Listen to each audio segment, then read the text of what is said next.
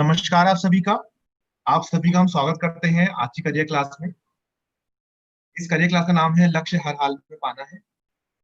और इस क्लास के थ्रू हम देखेंगे कि हम लोग कैसे अपना फोकस मेंटेन कर सकते हैं, अपना कंसंट्रेशन मेंटेन कर सकते हैं अपने लक्ष्य को पाने के लिए।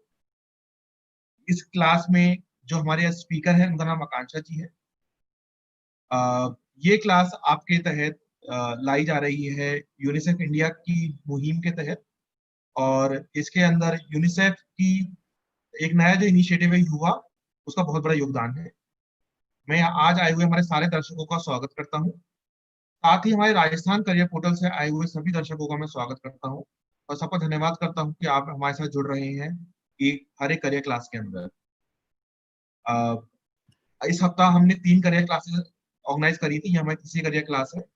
पहले करियर क्लास के अंदर हमने देखा था कि एक करियर एज अ पॉलिटिशियन आप कैसे बन सकते हैं। केवल यंग जो यूथ है हमारा, उसको पॉलिटिक्स में आने की काफी जरूरत है। तो हमने उस बारे में बात करी थी कि आप पॉलिटिक्स में कैसे जा सकते हैं। हमने वेनसडे को सेशन देखा था जॉब रेडीनेस स्किल के ऊपर, जहाँ पे हमने बात करी थी कि जब आप सीवी लिखते हैं, सीवी के अंदर आपको कौन कौन से एलिमेंट्स लिखने चाहिए। और आज हम लोग बात कर रहे हैं कि अगर आपको सीवी, अगर आपको लाइफ के अंदर कोई सा भी आपके टास्क है, स्किल्स हैं, अगर कोई भी आपका लक्ष्य है, उसे कैसे प्राप्त कर सकते हैं, हर हाल में उसे कैसे पा सकते हैं। उस स्किल को पाने के, उस लक्ष्य को पाने के लिए, स्पेशली इस कोविड-19 के टाइम पे जहाँ पे हम लोग देख रहे हैं कि हम लोग का बहुत ज्यादा स्ट्रेस है, हमें पता नहीं है आने वाले जो अनसर्टेन टाइम्स हैं उसके अंदर हम लोग कैसे अपने आप को फोकस रख सकते हैं अपने टास्क के ऊपर और अपने लक्ष्य को पा सकते हैं। इसी के साथ मैं आज की स्पीकर मिस आकांक्षा जी का अ, थोड़ा समय लेते हुए इंट्रोडक्शन देता हूँ। आकांक्षा जी एक कुशल विद्वान है, एक एजुकेटर है और एक मनोवैज्ञानिक है। उन्होंने बीए की पढ़ाई करते हुए अपने कॉलेज और नॉर्थ कैंपस में टॉप किया था। उन्होंने दिल्ली विश्वविद्यालय से एमए मनोवैज्ञानिक के दौरान तीसरा स्थान भी हासिल किया। इसके अलावा उन्होंने BEd central institute of education Delhi विश्वविद्यालय से कंप्लीट किया है। हाल ही में उन्होंने दिल्ली विश्वविद्यालय में मनोवैज्ञानिक विभाग में अपनी पीएचडी जमा की। उन्होंने यूजीसी नेट जेआरएफ क्वालिफाई किया है और वर्तमान में यूजीसी सीनियर रिसर्चर फेलो भी हैं, जिसे एसआरएफ भी बोला जाता है।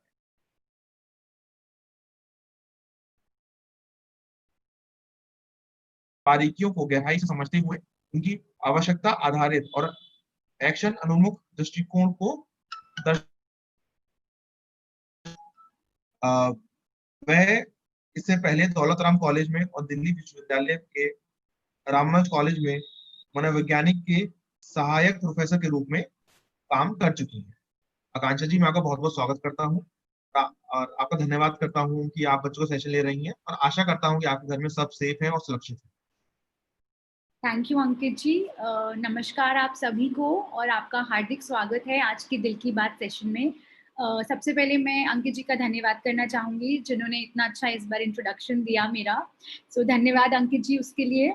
और साथ ही साथ मैं ये भी आशा करती हूँ कि आप सभी स्वस्थ हैं, सुरक्षित हैं, अपने अपने घर में रह रहे हैं। आज का सेशन जैसा अंकित जी ने बताया लक्ष्य के बारे में है कि हमारा लक्ष्य क्या होता है, हम उसे कैसे पा सकते हैं। लक्ष्य पाने के साथ साथ ऐसे और क्या कॉन्सेप्ट्स हैं, ऐसे क्या विषय जुड़े हैं जिनके बारे में हम शायद थोड़ी सी और जानकारी प्राप्त कर सकते हैं, जिसकी बदौलत हमारा लक्ष्य और बेहतर हो सके और हम उसको पाने का एक कहीं ना कहीं एक तरीका, एक सरल मार्ग भी कहीं ना कहीं ढूंढ सकें।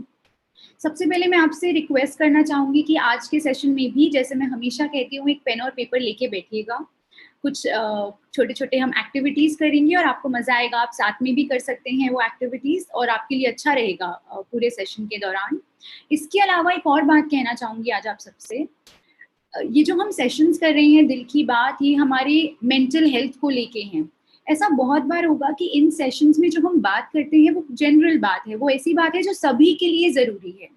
लेकिन हो सकता है आपकी परेशानी इससे थोड़ी-सी अलग हो, इन्हीं विषयों पे हो लेकिन थोड़ी-सी अलग हो, थोड़ी-सी हटके हो। तो जो हेल्पलाइन नंबर्स गिवन हैं, आप प्लीज़ उस नंबर पे कॉल कीजिए हर रोज सुबह 10 से लेके 8 बजे तक ये हेल्पलाइन नंबर खुले हुए हैं और आपकी जो भी समस्या आ रही है, चाहे वो आपको किसी प्रकार की पढ़ाई को लेके दिक्कत आ रही है, आपको कोई परेशानी हो रही है, आपको लग रहा है आपको स्ट्रेस है या कुछ भी आपको अगर लग रहा है आप खुश नहीं हो पा रहे हैं, इस माहौल में जो कोविड के चलते माहौल पैदा हो रहा है, उसके चलते अगर आपको तनाव का एहसास हो रहा है, तो आप इन नंबर्स पे ज़रूर कॉल कीजिएगा और मैं आशा करूँगी कि आपको इस नंबर से मदद मिल सकेगी। तो चलिए अब हम शुरू करेंगे।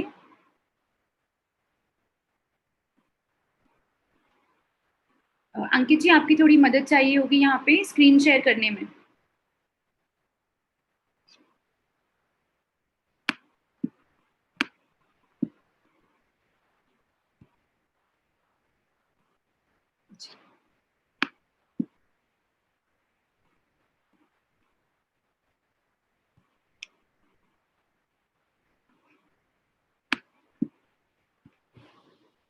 जी।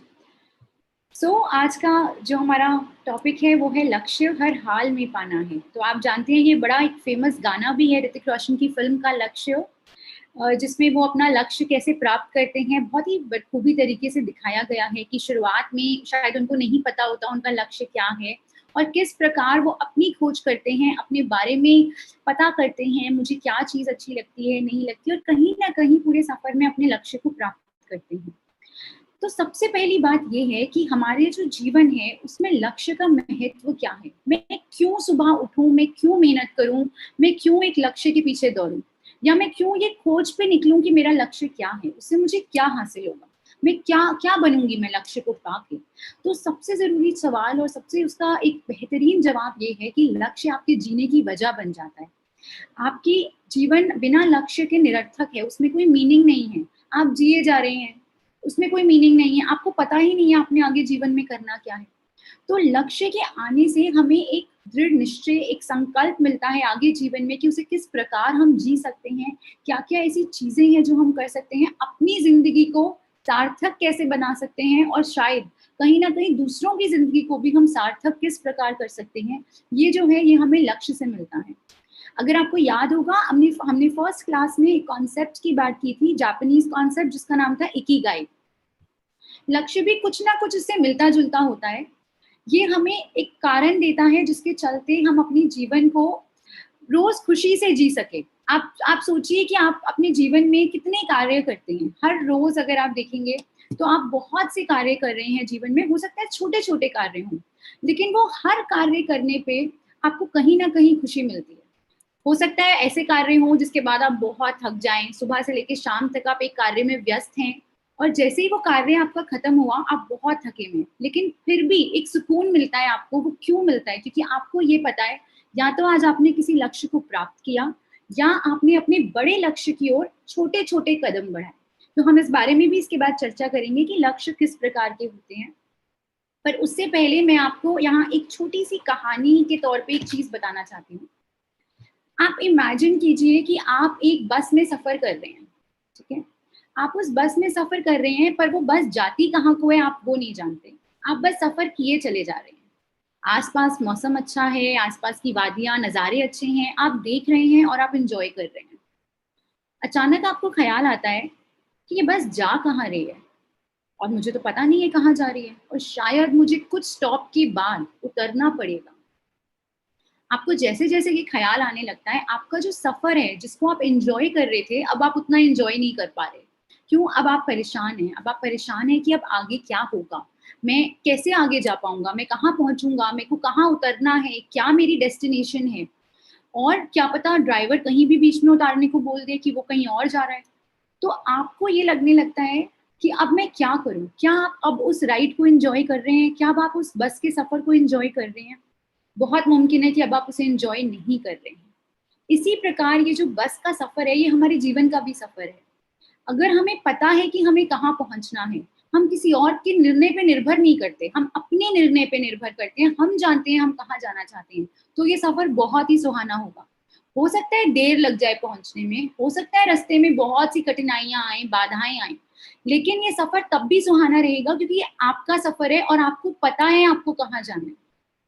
यदि आपको नहीं पता आपको कहाँ जाना है, तो ये सफर चाहे आसपास कितना भी अच्छी जीवन हो, कितने भी उस जीवन में आपके पास अच्छी चीजें हो, वो उतना सुहाना नहीं बन पाएगा कभी भी, क्योंकि आपको उसका एंड रिजल्ट क्या है, आपको पहुंचना कहाँ है, लक्ष्य क्या है, वो आप नहीं जान पाएंगे। इसलिए इस कहानी को ध्यान रखिएगा जब आप अपने लक्ष्य के बारे में सोचें। जी।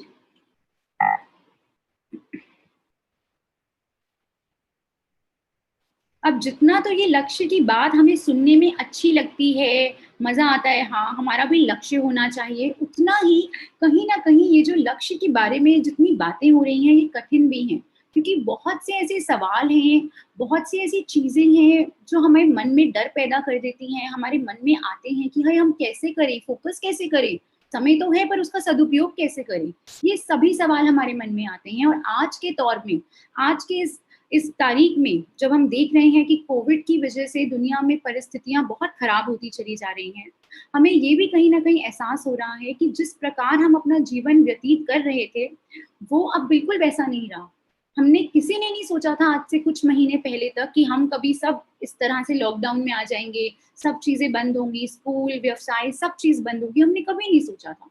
तो इसके चलते ये जो सवाल है हमारे मन में, जैसे जो आपकी स्क्रीन पे आ रहे हैं, ये और भी बढ़ते जा रहे हैं। मैं ये नहीं कहूंगी कि ये सवाल कोविड के पहले नहीं थे, ये सवाल तब भी कोविड के पहले बहुत से बच्चों के मन में आते थे, पर अब क्योंकि कोविड के कारण हमारी परिस्थितियां बदली हैं, तनाव बढ़ा है हमारे जीवन में, ये सवाल और भी ज्यादा गहरे होते नजर आ रहे हैं। तो ये सवाल हैं क्या? ये सबसे पहला सवाल एक बच्चे जो पूछते हैं वो ये होता है, मैडम हम काम को टालना कैसे बंद करें? हमें बड़ी आदत है, काम को हम टालते चले जाते हैं, तो हम टालना कैसे बंद करें? हम समय का सदुपयोग कैसे करें? तो समय तो बहुत है हमारे पास, पर हमें पता नहीं चलता कि उसको यूज कैसे करें, उसको मैनेज कैसे करें अपने समय को। हम थोड़ी देर में कोई भी अगर कार्य करते हैं तो उससे ऊब जाते हैं, हम बैठते हैं काम करने, 15 मिनट 20 मिनट करते हैं, फिर हमारा मन नहीं लगता, हम मोबाइल में लग जाते हैं, हमें पता ही नहीं फिर क्या करें। उसके अलावा और भी सवाल आते हैं, जैसे मैं मेहनत तो कर रही हूँ पर मुझे सफलता क्यों नहीं मिल रही है? तो क्या मेरी मेहनत में कोई कमी है, या मैं जिस तरह से मेहनत कर रही हूँ उसमें कोई कमी है? तो ये एक सवाल आता है। कुछ कुछ बच्चे को पता होता है उन्हें क्या बनना है, तो उनका लक्ष्य तो तय है उनके मन में, लेकिन लक्ष्य तय होने के बाद भी वो ये नहीं समझ पाते कि उस रास्ते पे चले कहाँ से, क्या पहले कदम ले, क्या हम शुरुआत करें, चले कहाँ से। तो ये भी एक सवाल आता है। इसके चलते चलते मैं आपसे यहाँ पे एक और भी बात कहना चाहूंगी कि इन चीजों की वजह से एक चीज और हमने देखी है जो होती है, बहुत से बच्चे, बहुत से इंसान कहीं ना कहीं वो नहीं बन पाते जो वो बनना चाह रहे हैं। और वो क्यों नहीं बन पाते? क्योंकि कहीं ना कहीं वो समय के साथ बदलाव नहीं लाते। आपने सुना होगा नेचर जो है, प्रकृति जो है, उसका नियम क्या है? उसका सबसे बेसिक नियम है परिवर्तन लाना। अगर प्रकृति में परिवर्तन नहीं आएगा तो सब नष्ट होगा। तो प्रकृति में परिवर्तन आना नियम है, लेकिन हम जो इंसान हैं हमें परिवर्तन अच्छा नहीं लगता।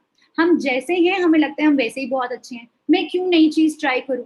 मैम ने ये टिप बताया है, ये ट्रिक बताई भी है, तो मैं क्यों उसको ट्राई करूं? मुझसे नहीं होगा, मैं अनकंफर्टेबल हो रहा हूँ, मैं जैसी हूँ मैं वैसी ही हूँ। आपने सुना होगा बहुत से लोग ये बात करते हैं कि मैं जैसी हूँ मैं वैसी हूँ, मुझसे बदलाव नहीं होता, मैं बदलना नहीं चाहती। तो ये बात मैं आपको आज सभी को बताना चाहूंगी कि यदि आप ऐसी सोच रखेंगे कि मैं बदलाव नहीं लाना चाहूंगी, तो शायद लक्ष्य प्राप्ति बहुत ही कठिन हो जाएगा। तो आज के अब इस सेशन में आपको जो भी बताया जाएगा, आपको बहुत सी टेक्निक्स मैंने बतानी है आज, उन सारी टेक्निक्स में हो सकता है आपके लिए कोई टेक्निक ज्यादा अच्छे से काम करे, किसी और के लिए कोई और अच्छे से काम करे, पर आपको जो भी टेक्निक अच्छी लगती है उसको अपने पास लिख लीजिए, उसको अप्लाई कीजिए।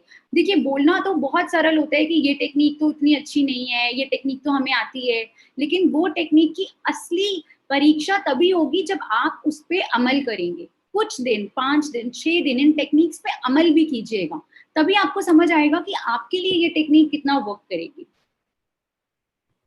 तो आज ये सेशन में हम इन चीजों पे बात करेंगे, जो कि रहेगी सबसे पहले हमारा गोल सेटिंग, हम लक्ष्य को किस प्रकार निर्धारित करें, उसके बाद समय का सदुपयोग किस प्रकार करें, प्रोक्रेस्टिनेशन बोला जाता है यानी कि टाल मटोल, जो हम कामों को टालते हैं वो किस तरह रोकें, क्रिएटिविटी, रचनात्मकता कैसे बढ़ाएं अपने अंदर, ये भी एक बड़ा सवाल आता है बच्चों का कि हम क्रिएटिव कैसे बन सकते हैं, तो इसके बारे में भी चर्चा होगी।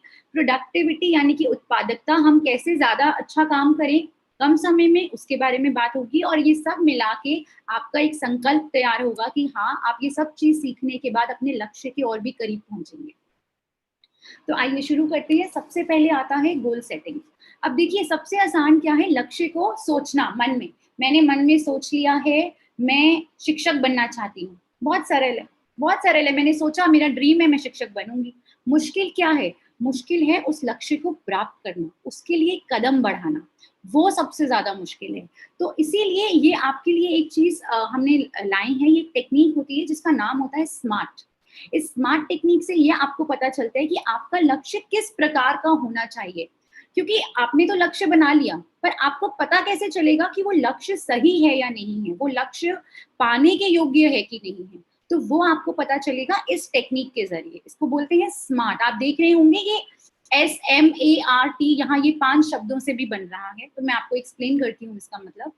पहला जो होता है, सबसे पहले आप देखेंगे कि आपका जो लक्ष्य है वो स्थिर होना चाहिए और स्पेसिफिक होना चाहिए। तो स्थिर का मतलब हुआ कि आपका लक्ष्य जो आपने सोचा है वो एक साथ रहना चाहिए, ठीक है, वो वही रहना चाहिए। वो ये नहीं कि आप बार बार बदलें, आज मैंने टीचर बनना है, कल मैंने पायलट बनना है, परसों मैंने इंजीनियर बनना है, तरसों मैं डांसर भी बनूंगी, वो नहीं होना चाहिए। आपका जो लक्ष्य है वो आपको स्थिर रखना है। एक बार बहुत सोच समझ के निर्णय लीजिए, पर फिर आप उस निर्णय पे कायम रहें। तो मैं एक उदाहरण लेती हूँ, जैसे मान लीजिए आपकी फर्ज कीजिए गणित में थोड़ी सी कमजोरी है, आपके नंबर आए हैं, लेट्स से 55 नंबर आए हैं आपके गणित में, ठीक है।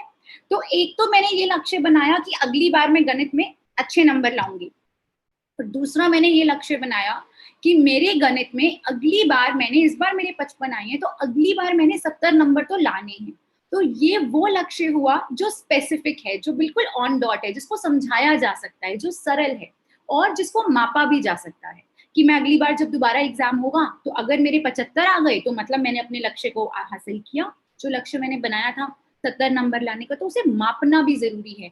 लक्ष्य वो होना चाहिए जिसको आप माप के देख सको कि हाँ, मैंने ये सोचा था और ये हुआ या नहीं हुआ। तो लक्ष्य जो है वो हवा में नहीं लटकना चाहिए।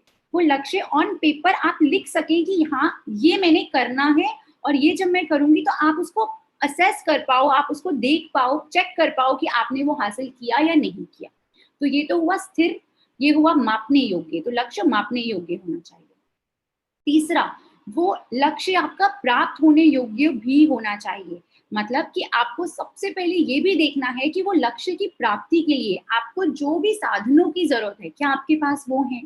मान लीजिए आपको 2-3 किताबों की जरूरत है, किसी नोट्स की जरूरत है, किसी बाहर से किसी अध्यापक की मदद की जरूरत है, तो आप वो भी धीरे धीरे करके अपने पास पहले एकत्रित कर लीजिए, ताकि जब आप वो लक्ष्य की प्राप्ति की ओर कदम बढ़ाएं, काम करने बैठें, तो आपको अननेसेसरी फ्रस्ट्रेशन ना हो। आपको ये ना लगे अरे मेरे पास तो ये है ही नहीं, अरे तो मेरी किताब ही नहीं आएगी, तो मैंने पूछा ही नहीं सवाल का उत्तर। तो आप अपनी सारी रिसोर्सेज रेडी करिए, तभी वो लक्ष्य आपका प्राप्ति के योग्य बनता है, मतलब आप उसको आसानी से प्राप्त कर पाएंगे। अब चौथा, और ये जरूरी बहुत है, आपका लक्ष्य वास्तविक होना चाहिए। तो मान लीजिए मेरे 55 नंबर आए और मुझे थोड़ी डांट भी पड़ गई घर में, तो मैंने अपना लक्ष्य बना लिया, अब तो कुछ हो जाए 100 में 100 ला के रहूंगी। तो क्या मैं ये प्राप्त कर सकती हूँ? मेरे पास समय बचा है शायद 1 हफ्ता, अभी मेरे 55 नंबर आ रहे हैं, मुझे दोबारा सारा सिलेबस पढ़ना है, तो शायद वो लक्ष्य, वो ड्रीम है मेरी, मैं मानती हूँ वो मेरा सपना है और सपने अच्छे होते हैं, लेकिन वो कहीं ना कहीं लक्ष्य से थोड़े विभिन्न होते हैं कुछ टाइम। तो आपको लक्ष्य वो बनाना है जिसको आप हासिल भी कर सके, जो वास्तविक हो, रियल हो, वो सपना ना हो। तो ठीक है, मैंने लक्ष्य और ज्यादा, अगर मैंने अपने आप के साथ कड़ा लक्ष्य बनाना है तो हो सकता है 70 के बदले मैंने 80 का फाइनल करा कि चलो इस बार 55 आए हैं, अगली बार कैसे भी 80 तो लाने हैं। तो ये प्राप्त करने लायक है, वास्तविक लक्ष्य है। तो किसी भी प्रकार से अगर आप लक्ष्य बनाएं तो ध्यान रखें कि वो लक्ष्य प्राप्त करने लायक भी होना चाहिए। बिल्कुल ही एक हवा में लक्ष्य बनाना मुश्किल हो जाता है आगे जाके। और आखिरी इसमें आता है जो टी है स्मार्ट का, वो आता है टाइम बाउंड, यानी कि समयबद्ध। तो लक्ष्य वो होना चाहिए जिसको आप एक निर्धारित समय में पूरा कर सके। ये नहीं कि आपने बोला अच्छा मेरे इतने नंबर आए हैं, 70 आ जाए, कब आए वो नहीं पता, आते रहेंगे कभी ना कभी, है ना। तो वो नहीं करना। लक्ष्य को आपने टाइम बाउंड में रखना, एक फ्रेम में रखना कि अगली बार जो मेरा एग्जाम होगा, आज से 3 महीने बाद मेरा एग्जाम दोबारा है, तो 3 महीने के अंदर मैंने इतनी पढ़ाई कर लेनी है कि अब जो 55 से 80 पे मैं पहुंचना चाहती हूँ वहां मैं पहुंच पाऊँ। तो इससे आपका एक समय निर्धारित है और इससे आपको कहीं ना कहीं ये पता भी चलेगा कि जो आपने सोचा था, जैसा आपने एक समझा था लक्ष्य को, वो लक्ष्य को आप हासिल करते हुए देखेंगे और आपको बहुत खुशी होगी जब आप वो लक्ष्य को प्राप्त कर पाएंगे। और ये कहीं ना कहीं आपको इनकरेज करेगा और ज्यादा, ताकि आप अपने जीवन में छोटे बड़े सभी प्रकार के लक्ष्य बनाएं और उनको पूरा कर सके। तो ये तो पहला कदम हुआ हमारा, लक्ष्य को समझना और आपका लक्ष्य कैसा होना चाहिए उस बारे में। एक और यहाँ बात है कि आपका जो लक्ष्य होता है वो आपकी पसंद और आपकी काबिलियत का अगर संतुलन हो जाए, ऐसी चीज जो आप करना भी चाहते हैं, जिसमें आपकी रुचि है, आप पसंद करते हैं, जो आपके मॉरल्स, आपकी वैल्यू के साथ भी मैच करती है और उसमें आपकी काबिलियत भी है, तो अगर उसके संतुलन से हम अपना लक्ष्य खोजें और उसके संतुलन से अगर हम अपना लक्ष्य बनाते हैं तो ज्यादा अच्छा रहता है, क्योंकि वो लक्ष्य हमें आसानी से, या जल्दी मैं बोलूंगी थोड़ा जल्दी मिल सकता है। चलिए, अब यहाँ पे एक और जरूरी बात आती है कि आप अपने लक्ष्य को, आप बोलेंगे मैम हम तो हर वक्त लक्ष्य बनाते हैं, जीवन में छोटे बड़े लक्ष्य होते हैं। जैसा मैंने बोला, हम लक्ष्य हर रोज बनाते हैं, हर रोज। मेरा अब आज मैं जब सुबह उठी तो आज ये मेरा लक्ष्य था कि शाम में 5 बजे यहाँ पे हमने करियर क्लास लेनी है। ये भी एक लक्ष्य था मेरा, ये क्लास आज पूरी हो जाए, अच्छे से पूरी हो जाए, छोटा सा लक्ष्य था। ठीक है, तो हम बहुत ऐसे रोजमर्रा की जिंदगी में कई सारे लक्ष्य बनाते हैं। तो सबसे आसान एक तरीका रहता है जिसे हम अपने लक्ष्य को 3 भागों में डिवाइड करते हैं। पहला हमारा होता है तुरंत करने वाले लक्ष्य, जो लक्ष्य हम तुरंत पा सकते हैं वो, तो वो हमारे रोजमर्रा की जिंदगी के होते हैं। दूसरा होता है छोटी अवधि, यानी कि शॉर्ट टर्म गोल्स, छोटी अवधि वाले लक्ष्य। इसमें हम 3 महीना, 4 महीना से लेके 1 साल तक के जो लक्ष्य होते हैं, जो हम 3 महीने, 4 महीने, 1 साल तक पा सकते हैं, उनके बारे में बात करते हैं। और आखिरी होता है हमारा लंबी अवधि वाले लक्ष्य। तो जो लंबी अवधि वाले हमारे लक्ष्य होते हैं, ये 2 साल, 5 साल, 10 साल के भी हो सकते हैं, क्योंकि ये एक लॉन्ग टर्म लक्ष्य है, ये एक आगे का गोल है। पर इस प्रकार से करने से क्या होता है कि हम एक जो लॉन्ग टर्म गोल है वो अपना लिख के, उसी के अकॉर्डिंग छोटे वाले छोटी अवधि के गोल और वो गोल्स जो हमें हर रोज निरंतर करने चाहिए वो बना सकते हैं। तो यहाँ पे एक एग्जाम्पल लिया था हमने, जैसे अगर आप चाहें कि आप एक सफल पायलट बनना चाहते हैं, तो आज यदि आप 9वीं 10वीं कक्षा में पढ़ रहे हैं तो आप कल तो पायलट नहीं बन सकते। तो आपका जो एक सफल पायलट बनना है वो तो एक बहुत ही लंबी अवधि है, वो तो आपका मेन लक्ष्य है। इसके लिए आप 3 भाग में कैसे डिवाइड कर सकते हैं, तो आज आप क्या करेंगे, आज आप क्या कर सकते हैं पायलट बनने के लिए, चलिए बताइए। आज आप अच्छे से पढ़ाई कर सकते हैं, ध्यान लगा के पढ़ सकते हैं, हो सकता है कि थोड़ा बहुत ज्ञान ले सकते हैं, इस तरह की करियर क्लास अटेंड कर सकते हैं जहां पायलट बनने के बारे में भी शायद बताया जाए, और कोई ऐसी क्लास अटेंड कर सकते हैं। तो ये आप रोजमर्रा की जिंदगी में करते हैं। छोटी अवधि वाला लक्ष्य क्या होगा कि आप मैथ्स में, आप फिजिक्स में, जो सब्जेक्ट्स आपको पायलट बनने में मदद करेंगे उसमें आप ध्यान लगा के पढ़िए, उसमें अपनी रुचि बढ़ाइए, उसमें अपना ज्ञान बढ़ाइए। तो ये आपकी छोटी अवधि के लक्ष्य हो गए जो 1 साल 2 साल तक रहेंगे। अब आया लंबी अवधि का लक्ष्य, जो आगे है, जो शायद 5-6 साल बाद आएगा।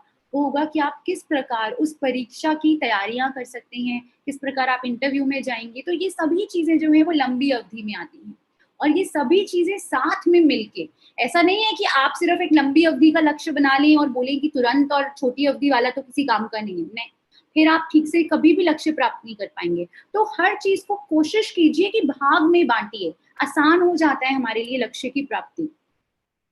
चलिए, अब बात करते हैं यहाँ पे कुछ टिप्स और ट्रिक्स की कि हम क्या क्या कर सकते हैं जिसके कारण हमें, जिसकी वजह से हम लक्ष्य की प्राप्ति आसानी से कर सकें। तो सबसे पहले जो मैं आपको आज टिप बताऊंगी वो है, अपने गोल्स को लिखिए।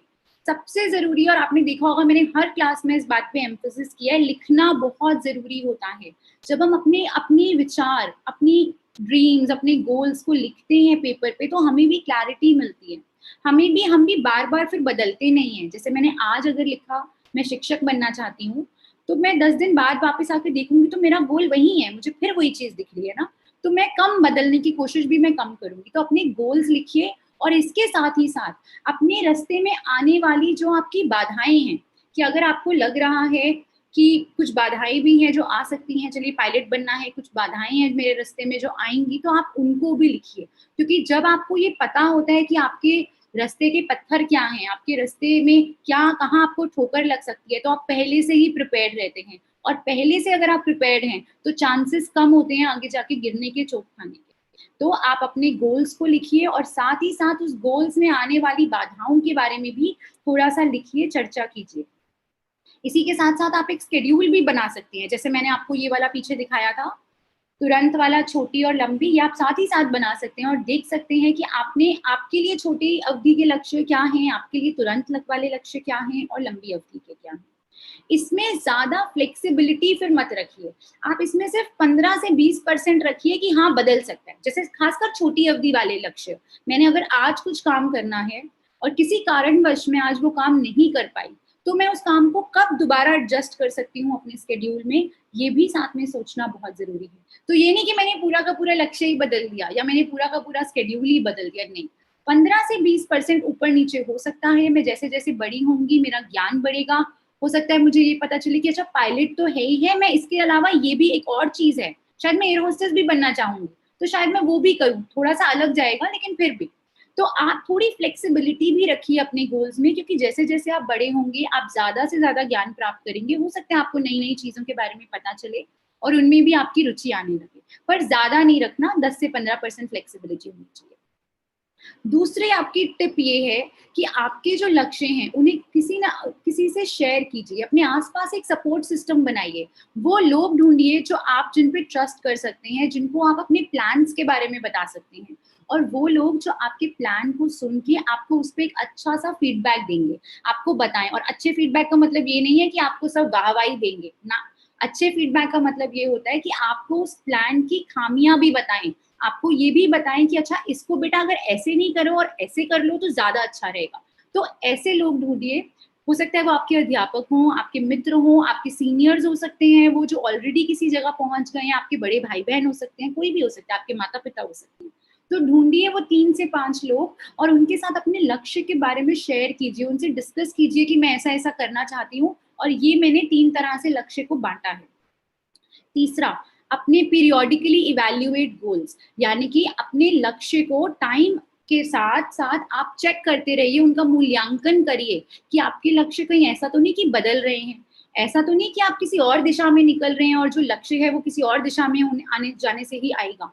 तो ये चीज को इवैल्यूएट करना बहुत ज्यादा जरूरी होता है, तभी हम असली मायने में, सही मायने में अपने लक्ष्य पे टिके रह सकते हैं, वरना दिशा भटकना तो सबसे आसान है ना। तो इसीलिए आप एक उसका मूल्यांकन करें। चौथा, कम से कम एक एक्शन जरूर करें जो आपको आपके लक्ष्य के करीब लेके जाता है। जैसे मैं एक उदाहरण देती हूँ, जो आप अभी करियर क्लास अटेंड कर रहे हैं, जो आप इसके पहले करियर क्लासेस अटेंड कर चुके हैं, वो सब भी एक एक एक्शन है जो आपको कहीं ना कहीं आपके लक्ष्य के पास लेके जाएगा। तो वो एक्शन कुछ भी हो सकता है। अगर आपको गणित पढ़ने है या गणित में दिक्कत है, आप गणित पढ़ना चाह रहे हैं, तो हो सकता है आप रोज एक गणित का पेपर सॉल्व करें। हो सकता है आप डिफरेंट लोगों के यूट्यूब पे वीडियोस और इस प्रकार की क्लासेस देखें और कोई वीडियो देखें जिसमें आपको पता चले कि अच्छा पायलट कैसे बना जाता है। तो जो भी आपका लक्ष्य है उसे पाने के लिए दिन में कम से कम एक चीज ऐसी जरूर करें जिससे आपको ये लगे कि हाँ मैं अपने लक्ष्य के करीब आ गया हूँ। जैसे मैं एक करा करती थी बहुत ज्यादा अपने लिए, जब मेरा बहुत मन था जब मनोवैज्ञानिक बनने का, तो मैं कोशिश करती थी कि मैं हफ्ते में एक बार किसी ना किसी और मनोवैज्ञानिक का कोई लेक्चर सुनूं। तब यूट्यूब पे हम लेक्चर सुना करते थे कि बहुत से मनोवैज्ञानिक्स की, फिर मैंने तब उस टाइम पे लेक्चर सुने जस्ट कि मुझे प्रेरणा मिले, मैं इंस्पायर होती थी उनको देख के, उनके बारे में वो क्या बताते हैं, कैसे वो लोग अपने सेशन ले रहे हैं, वो देख के मुझे बड़ा अच्छा लगता था और कहीं ना कहीं प्रेरणा मिलती थी अपने अपने गोल के करीब जाने की। तो किसी भी वे में आपको जैसा भी अच्छा लगे, कम से कम एक एक्शन जरूर करें जो आपको आपके लक्ष्य के करीब लेके जाए। पांचवा, अपने आप को रिवॉर्ड करना ना भूलें। अब अपने आप को आप बोलेंगे मैम हम अपने आप को भी इनाम देते हैं, बिल्कुल, और ये हमने शायद पहले भी बात करी थी क्लास में, दिल की बात में ही। अपने आप को इनाम देना, अपने आप से अच्छे से बात करना, अपने आप को सराहना बहुत जरूरी है, क्योंकि हम अपने सबसे बड़े टीचर भी होते हैं और अपने सबसे बड़े क्रिटिक भी होते हैं। हम अपने आप को बहुत बार बड़े हार्ड हो जाते हैं अपने ऊपर, ऐसी बातें अपने आप को बोल देते हैं कि अरे मुझसे कुछ नहीं हो रहा, मैं कैसे करूं। वो गलत है, उसको थोड़ा कम कीजिए और कोशिश ये करिए कि आप जब भी कोई अच्छी चीज अचीव करें, मान लीजिए आपने छोटे छोटे लक्ष्य बनाए हैं जो आपके तुरंत करने वाले लक्ष्य हैं, तो वो आप कुछ इस तरह से अपने लिए तय कर सकते हैं कि 5 दिन मैं ये लक्ष्य पूरा करूंगी जो मैंने बनाए हैं अपने लिए, और जब मेरे 5 दिन पूरे हो जाएंगे तो मैं अपने आप को एक फेवरेट आइसक्रीम खिलाऊंगी। तो आपकी जो भी फेवरेट आइसक्रीम है आप अपने आप को वो खिला सकते हैं, या मैं अपना कोई फेवरेट मूवी देखूंगी। तो आपका जो भी मन है आप जैसे भी अपने आप को, जो भी चीज आप करना चाहते हैं अपने लिए खुशी से, तो उसको आप इनाम के तौर पे अपने लिए यूज कर सकते हैं। जैसे क्लास में जब हम कुछ अच्छा करते थे बचपन में, तो याद है मैम हमारी गाल पे कभी कभी रेड स्टार बना देती थी, या मैम कभी हमें एक छोटी सी टॉफी पकड़ा देती थी, तो हम कितने खुश होते थे। वो खुशी, वो बचपना कहीं ना कहीं हमारे अंदर आज भी होना चाहिए, तभी हमें प्रेरणा मिलेगी आगे के जीवन को अच्छे से और उत्साह से जीने की।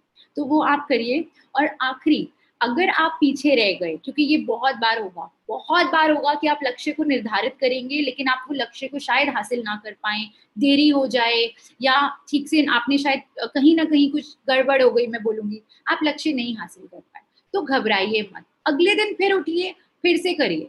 कोई फर्क नहीं पड़ता अगर एक दिन आप नहीं भी कर पाए हैं, आप फिर से, हर रोज एक नया दिन है, हर रोज एक नई अपॉर्चुनिटी है, तो आप अगले दिन उठ के फिर से कर सकते हैं।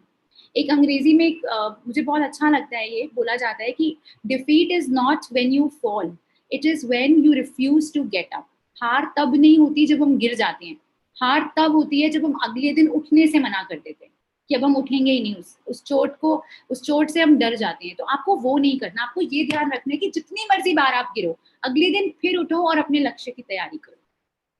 चलिए, यहाँ मैं ये बोलूंगी कि या तो आप एक काम कर सकते हैं, आप इस पोस्टर का या तो स्क्रीनशॉट ले लीजिए अपने फोन पे या लैपटॉप, आप जो भी इस्तेमाल कर रहे हैं, या आप इसको बना लीजिए। ये बनाने से आपको पूरे सेशन में बड़ा मजा आने वाला है आज, क्योंकि आप जैसे जैसे सेशन आगे बढ़ेगा, आप साथ ही साथ अपने लक्ष्यों के बारे में भी सोच सकते हैं। आप सोचिए आपका लंबी अवधि वाला लक्ष्य क्या है, और उसको ऊपर लिखिए यहाँ पे कि लंबी अवधि में मुझे क्या करना है, क्या हासिल करना है लॉन्ग टर्म में।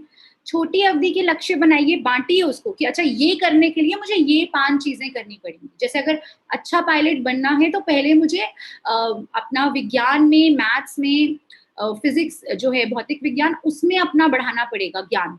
तो वो हमारे छोटे अवधि के थे। इसी तरह आज क्या करूं मैं, ये तो चढ़िए, ये तो फिर भी एक लॉन्ग टर्म थोड़ा हो गया कि 3 महीने 4 महीने लगेंगे। आज क्या करूं, वो यहाँ लिखिए। आप अपने आप को अगर लक्ष्य हासिल करें तो इनाम क्या देंगे, वो यहाँ लिखिए, जो ये जगह है। और साथ ही साथ आज आपको जितने भी सेशन में जो टिप्स और ट्रिक्स अच्छी लगने वाली हैं, उनका जिक्र आप यहाँ पे अपना साइट पे पसंदीदा टिप्स और ट्रिक्स में कर सकते हैं।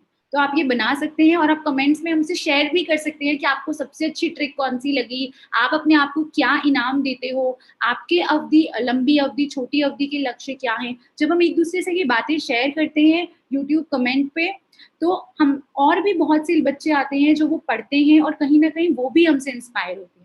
तो हमेशा ध्यान रखिए कि आप कमेंट करें ताकि और लोग भी इनकरेज हों और इंस्पायर हों और आपसे शायद उन्हें कुछ सीखने को मिले। चलिए, अब दूसरे उस पे आते हैं। दूसरा आज का हमारा टॉपिक है टाइम मैनेजमेंट का।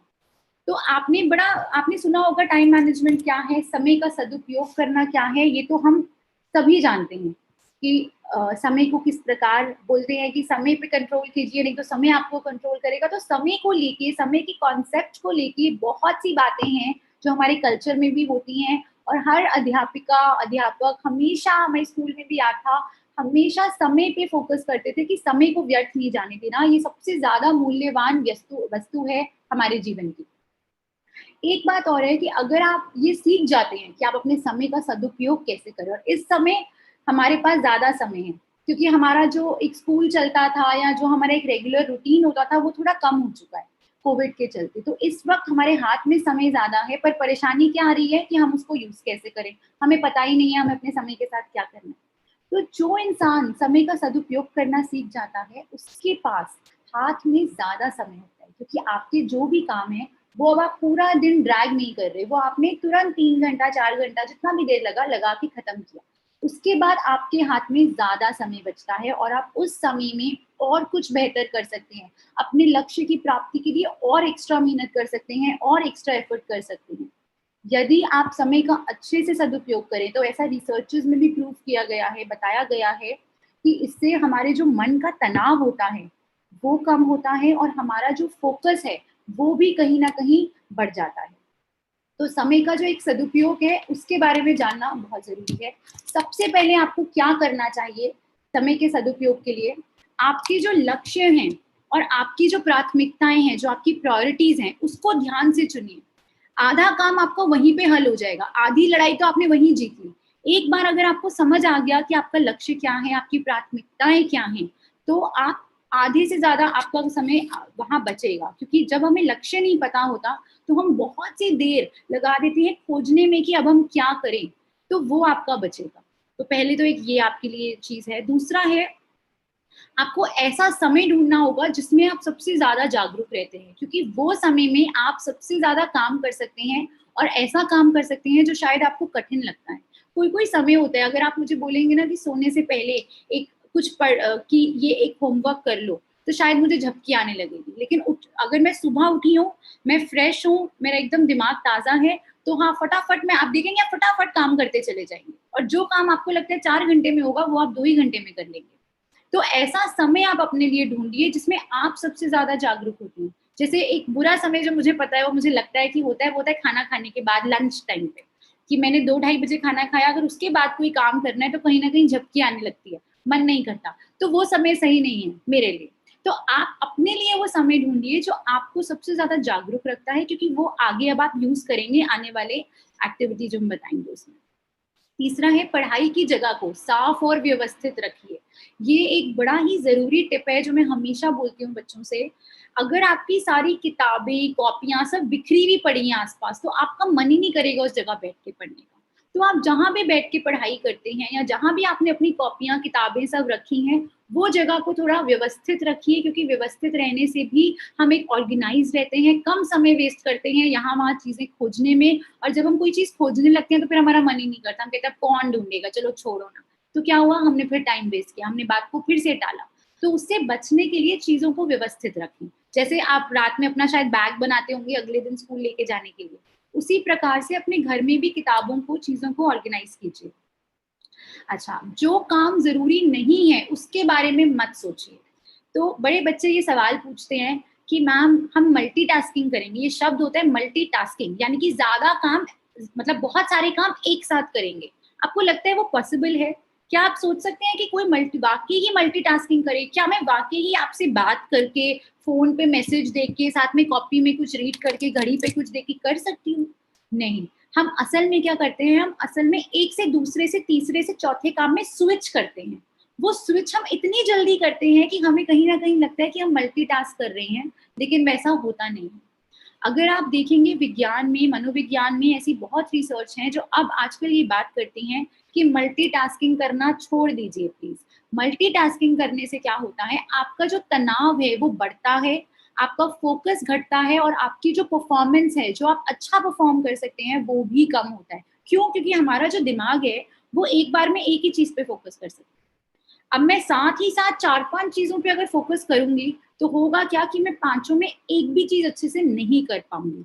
तो ये बहुत जरूरी है कि आप मल्टीटास्किंग को अवॉइड करें, एक समय पे एक ही काम में मन लगाएं। तो एक से ज्यादा कार्य आप ना करें, ये सबसे ज्यादा जरूरी है। और जो भी चीजें आपको लग रही हैं अनइम्पोर्टेंट हैं, या भाई ये तो मेरे, ये फालतू में रखा हुआ है ना, ये मैं देखूंगी, मेरा मन करेगा खेलने का, मुझे नहीं रखना, इसको अपने से दूर करें। तो डिस्ट्रैक्शंस को भी अपने से अलग रखें। अच्छा, फिर आता है ब्रेक लेना भी जरूरी है, यानी कि समय समय पे आपको ब्रेक लेनी है। ऐसा नहीं है कि सारा काम एक साथ ही करते जाएं, है ना। तो बीच बीच में ब्रेक लेने से हमारा दिमाग वापस से फ्रेश होता है और हम वापस दोबारा मन लगा के काम कर सकते हैं। और सबसे जरूरी टाइम मैनेजमेंट में ये रहता है कि आगे की योजना भी बनाएं, यानी कि कल मैं क्या करूंगी, परसों मैं क्या करूंगी, या मैं अगले पूरे सप्ताह में क्या पढ़ने वाली हूँ, किस प्रकार पढ़ूंगी, कैसा मेरा स्केड्यूल रहेगा, इसकी योजना बनाना भी उतना ही जरूरी है। तो अब टाइम मैनेजमेंट के लिए ये 6 टेक्निक्स है मेरे पास आपके लिए। मैं आपको एक एक करके टेक्निक सारी समझाऊंगी। यदि आपको नहीं समझ आता अगर कोई टेक्निक, तो आप कमेंट्स में पूछ सकते हैं, कोई ना कोई आपको वहां पे दोबारा से जरूर इसके बारे में और अच्छे से समझाएगा। पहली टेक्निक है स्लाइस द केक। आपने केक देखा होगा, आप कभी पूरा केक एक साथ ऐसे उठा के खा सकते हैं? नहीं ना। इसी प्रकार हमें पूरा काम, जो एक भारी भरकम काम है, वो भी ऐसे एक प्रकार नहीं करना चाहिए। जिस तरह हम केक के स्लाइस करते हैं, उसको काटते हैं बीच में से, उसके छोटे छोटे टुकड़े करके सर्व करते हैं या खुद खाते हैं, उसी प्रकार हमें हर काम को भी टुकड़े में बांट देना चाहिए। अगर एक काम बहुत लंबा है, अगर एक काम है कि आज मुझे एक प्रोजेक्ट सबमिट करना है हिस्ट्री का, तो वो एक लंबा काम है, उसको आप एक दिन में बैठ के अगर करेंगे तो उतना अच्छे से भी नहीं होगा शायद। तो आपका ये रहना चाहिए कि आप उसके छोटे छोटे पार्ट्स करें काम के, कि अच्छा पहले दिन मैं रिसर्च करूंगी, दूसरे दिन मैं ये देखूंगी कि और लोग, मैं शायद दूसरे से किसी से डिस्कस भी करना चाहूँ, तीसरे दिन मैं उसका एक फ्लो तैयार करूंगी, चौथे दिन मैं उस पर शायद काम करने बैठूंगी और पांचवें दिन में एक बार दोबारा रिव्यू करूंगी। तो उसी एक टास्क को मैंने 5 दिन के लिए 5 कामों में डिवाइड कर दिया और मेरा काम सरल हो गया, क्योंकि हर दिन मेरा एक ही छोटा लक्ष्य था और मैंने वो अगर हासिल किया मतलब मैं सही दिशा में जा रही हूँ। तो पहली ये टेक्निक है। दूसरी टेक्निक आपकी आती है पार्किंसंस लॉ। ये टेक्निक ये कहती है, ये बड़ी मजेदार लगती है मुझे, ये टेक्निक ये कहती है कि आपको एक काम करने के लिए जितना भी समय दिया जाए वो हमेशा कम पड़ेगा। यदि आपको एक काम करने के लिए 1 महीना मैंने दिया, अगर एक असाइनमेंट ऐसी एक प्रोजेक्ट आपको मिला और बोला कि 1 महीने का समय है, सच बताना, सच पूछना अपने आप से, क्या आप वाकई ही 30 के 30 दिन उस पर काम करेंगे? बहुत चांस है कि आप 30 दिन उस पर नहीं काम करेंगे। पहले 20 दिन तो आपको याद भी नहीं होगा कि आपकी डेडलाइन आ रही है। लास्ट 10 दिन में भी आप टालेंगे काम को, अच्छा अभी तो 10 दिन है, अभी तो एक हफ्ता है, अच्छा कर लेंगे ना, क्या बड़ी बात है, हो जाएगा ना। करते करते जब लास्ट में 2 दिन बच जाएंगे तब हमें ध्यान आता है एकदम से, और तब हम एकदम पैनिक हो जाते हैं, डर जाते हैं, अरे अब क्या करें, और फटाफट सारा यहाँ वहां से इकट्ठा करके असाइनमेंट बना के सबमिट कर देते हैं। असाइनमेंट हो सकता है उतना अच्छा भी ना बने इस वजह से। तो कहने की बात ये है, समझने की बात ये है यहाँ पे, कि आपको जितना ज्यादा लंबा समय मिलता है किसी काम को करने का, ऐसा जरूरी नहीं है कि आप उसमें उतना ज्यादा अच्छा कर पाए। क्यों? क्योंकि आप आधे से ज्यादा वक्त तो टालेंगे, आप उस काम को देखेंगे ही नहीं। तो कोशिश ये करो कि जिस टाइम आपको कोई ऐसा कार्य मिले जिसकी अवधि बाद में है, जिसकी डेडलाइन लंबी है या बाद में है, उसको पहले ही फिनिश करो, ताकि वो एक जो 30 दिन का सर्कल है वो ना बने, या वो एक जो लंबा, जैसे हमने बात की अभी 28 दिन तक हम वो काम नहीं करते, टाल मटोल करते हैं, वो चीज से हम बचें और तुरंत के तुरंत हमारा काम खत्म हो। हाँ, अगर आपको लगता है कि आप अच्छा स्केड्यूल बना सकते हैं, 30 दिन में आप स्टार्टिंग में 10-15 दिन अच्छे से रिसर्च कर सकते हैं, तो उसके लिए छोटे छोटे गोल्स बनाओ और वैसे काम करो।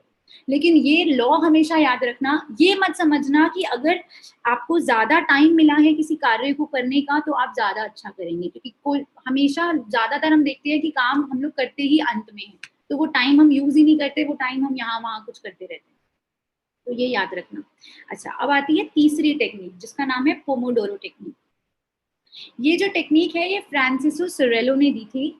ये इटली में एक यूनिवर्सिटी स्टूडेंट थे उस समय जब उन्होंने ये टेक्निक बनाई। अब पोमोडोरो क्या होता है? पोमोडोरो का इटालियन भाषा में मतलब होता है टोमेटो, टमाटर। ठीक है, अब ये वक्त यहाँ ये नाम यहाँ से पड़ा कि वो अपने किचन से एक अलार्म क्लॉक लेके आए थे जिस पर टाइमर लगा हुआ था और वो टमाटर के शेप में। ठीक है, तो उन्होंने जब वो यूज करी टेक्निक तो उन्होंने उसका नाम ही पोमोडोरो रख दिया कि टमाटर टेक्निक है।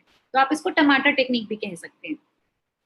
ये टेक्निक ये कहती है कि आपने सबसे पहले एक टाइमर लेना है, अपने फोन में ले लीजिए, घड़ी में कहीं भी अलार्म लगा लो, और आपने 25 मिनट का टाइमर लगाना है। ठीक है, और आप वो टाइमर को शुरू करो। जैसे ही आपने शुरू करा, आप जो भी काम करना चाहते हैं आप वो काम करने बैठिए, और जैसे ही 25 मिनट खत्म होंगे वो टाइमर बच जाएगा। आप जहां तक है वहीं रुक जाइए, जहां तक आप पहुंचे वहीं रुक जाइए, जैसे घड़ी, जैसे हम एग्जाम में रुक जाते हैं, रुक जाइए और बस अब आप 5 मिनट आराम कीजिए। फिर जब 5 मिनट खत्म हो जाएं तो आप एक पेपर लीजिए, उस पर एक क्रॉस लगा दीजिए, यानी कि आपने पहला पोमोडोरो पूरा करा। पहला पोमोडोरो यानी कि 25 मिनट का पहला पोमोडोरो आपने पूरा किया। फिर आप दोबारा से एक वापस अलार्म लगा दीजिए 5 मिनट के ब्रेक के बाद, जो आपका वापस 25 मिनट में बजेगा। और फिर इसी तरह से जब आपका वो 25 मिनट खत्म होता है, आप 5 मिनट का ब्रेक लीजिए और एक और एक्स लगा दीजिए, क्रॉस लगा दीजिए। तो इस तरह से हमारा जो एक सेट है, आपको 4 बार 25-25 मिनट में काम करना है और 5-5 मिनट के बीच में ब्रेक लेनी है। तो आपके पास कुल मिला के 20 मिनट का ब्रेक होगा और 100 मिनट का कार्य होगा। अब आप बोलेंगे मैम इससे फायदा क्या होता है, ये सच में वर्क करेगा? क्योंकि ये तो बड़ी ऐसी सी लग रही है ना, पहले टाइमर लगाओ फिर बंद करो, कैसे चलेगा? तो बेटा इससे होता ये है कि इससे हम ये नोटिस करते हैं कि कितनी बार हमारा मन हुआ कि हम काम ना करें, टालें, लेकिन क्योंकि हम वो मार्क लगा रहे हैं अपने पेपर पे, हम चाहते हैं कि वो चारों मार्क पूरे हो, तभी मेरा एक सेट पोमोडोरो का बनेगा ना। 25 मिनट का पोमोडोरो है, तो जब 4 बार मैं 25-25 मिनट पूरे करूंगी तब मेरा एक सेट बनेगा। और कम से कम एक सेट से हम शुरू करेंगे। जब भी आप सबसे पहले शुरुआत करोगे तो आप एक सेट से करोगे, यानी कि आपने एक बार में बैठ के 100 मिनट काम किया और 20 मिनट का ब्रेक लिया। ठीक है, यानी कि 120 मिनट 2 घंटे के अंदर अंदर आपने मान लीजिए 100 मिनट उसमें से आपने अच्छे से मन लगा के काम किया। ये टेक्निक तब भी काम आती है जब आपको कोई लंबा काम करना है, जो काम थोड़ा बोरिंग है या जिस काम में आपको मानसिक रूप से थकान महसूस हो। जैसे बड़ा डिफिकल्ट काम है, मैथ्स कर रहे हो या साइंस में कोई न्यूमेरिकल्स हैं, फिजिक्स केमिस्ट्री के, और आपको लग रहा है कि आप थक रहे हो, आप तो भी ये टेक्निक कर सकते हैं। और इस टेक्निक को मैं सबको बोलूंगी जज करने से पहले कि अच्छी है या नहीं है, आप अप्लाई करके देखिए, क्योंकि मैंने भी अभी शुरू किया है 5-6 दिन पहले से, और मुझे बहुत मजा आ रहा है पोमोडोरो टेक्निक यूज करने में, और सही मायने में मेरा काम थोड़ा जल्दी जल्दी हो रहा है। जब मुझे पता होता है कि टाइमर लगा हुआ है 25 मिनट में बजेगा, तो मैं फटाफट काम भी जल्दी करती हूँ, यहाँ वहाँ ध्यान कम देती हूँ, और मेरे लिए वो थोड़ा, जो टास्क बड़े मुश्किल लगते थे मुझे पहले, वो लेस फ्रस्ट्रेटिंग हो गए हैं, मुझे उतने बुरे नहीं लगते अब करने में, मुझे मजा आने लगा है। तो आप भी ये टेक्निक जरूर ट्राई कीजिएगा, पोमोडोरो टेक्निक। चौथा आता है स्टिक टू स्केड्यूल। ये बहुत जरूरी है, आप एक स्केड्यूल जरूर बनाएं, अवश्य बनाएं, जैसे आपको स्कूल में टाइम टेबल मिलता है। क्यों मिलता है? ताकि हम वही करें जो हमें करना है, हम हर चीज पे थोड़ा थोड़ा ध्यान दे पाएं। इसी प्रकार से घर पे भी स्केड्यूल बनाना जरूरी है, और वो स्केड्यूल बना के कहीं लगा दीजिए, अपनी अलमारी में लगा दो, अपने टेबल के ऊपर लगा दो, जहां भी आपकी नजर जल्दी पड़े, और उसको फॉलो भी करो। और ये नहीं कि वो स्केड्यूल में आपने सिर्फ काम काम रखा है, नहीं, मैं ऐसा बिल्कुल नहीं बोलूंगी।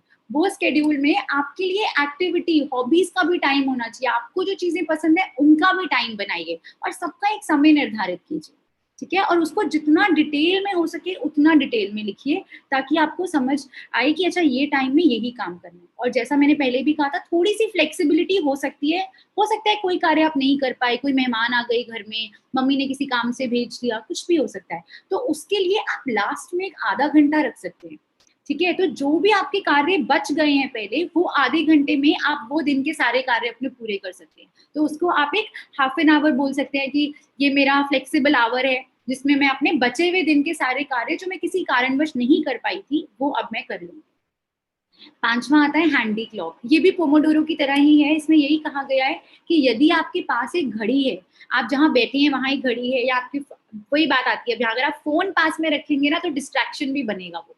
तो कोशिश कीजिए कि आप फोन पास में ना रखें, फोन पे घड़ी ना देखें, आपकी जो घड़ी है वो कहीं और लगी हो, ठीक है। तो आपके लिए आसान रहेगा, और जैसे जैसे हम घड़ी को देख पाते हैं, हम समझते हैं, हमें वक्त का पता चलता है, और हम अपना अच्छे से बैलेंस कर पाते हैं। और आखिरी आता है टाइम बाउंड रिवॉर्ड, यानी कि अगर आप निर्धारित समय पे आप वो कार्य पूरा कर पाए हैं, तो जैसा पहले भी कहा गया था, अपने आप को इनाम देना ना भूलिए, अपने आप को सराहना ना भूलिए। अब आते हैं, थोड़ा आगे बढ़ते हैं, अब आता है प्रोक्रेस्टिनेशन, टाल मटोल। तो टाल मटोल होता क्या है? बिना बात के मैंने एक कार्य को या तो बंद करा, या देरी से शुरू करा, या किसी कारण, या ऐसे ही बस मैं उसको टाल रही हूँ, मेरा मन नहीं है करने का, ठीक है। तो ये होता है प्रोक्रेस्टिनेशन। और आपने देखा होगा, हम सभी ने अपने जीवन में कभी ना कभी प्रोक्रेस्टिनेट किया है, टाल मटोल किया है। तो इसका एक पूरा साइकिल बनता है। तो इसका साइकिल कहाँ से बनता है? सबसे पहले होता है झूठी सुरक्षा। जब हम कोई कार्य को टालते हैं ना, तो हम इसलिए टालते हैं क्योंकि अभी हमें लगता है कि अभी तो बहुत टाइम है, अभी कोई प्रॉब्लम नहीं है, अभी बहुत टाइम है, हम आराम से काम करेंगे। तो वो आता है झूठी सुरक्षा, इसलिए हम कार्य टालते हैं। दूसरा आता है आलस।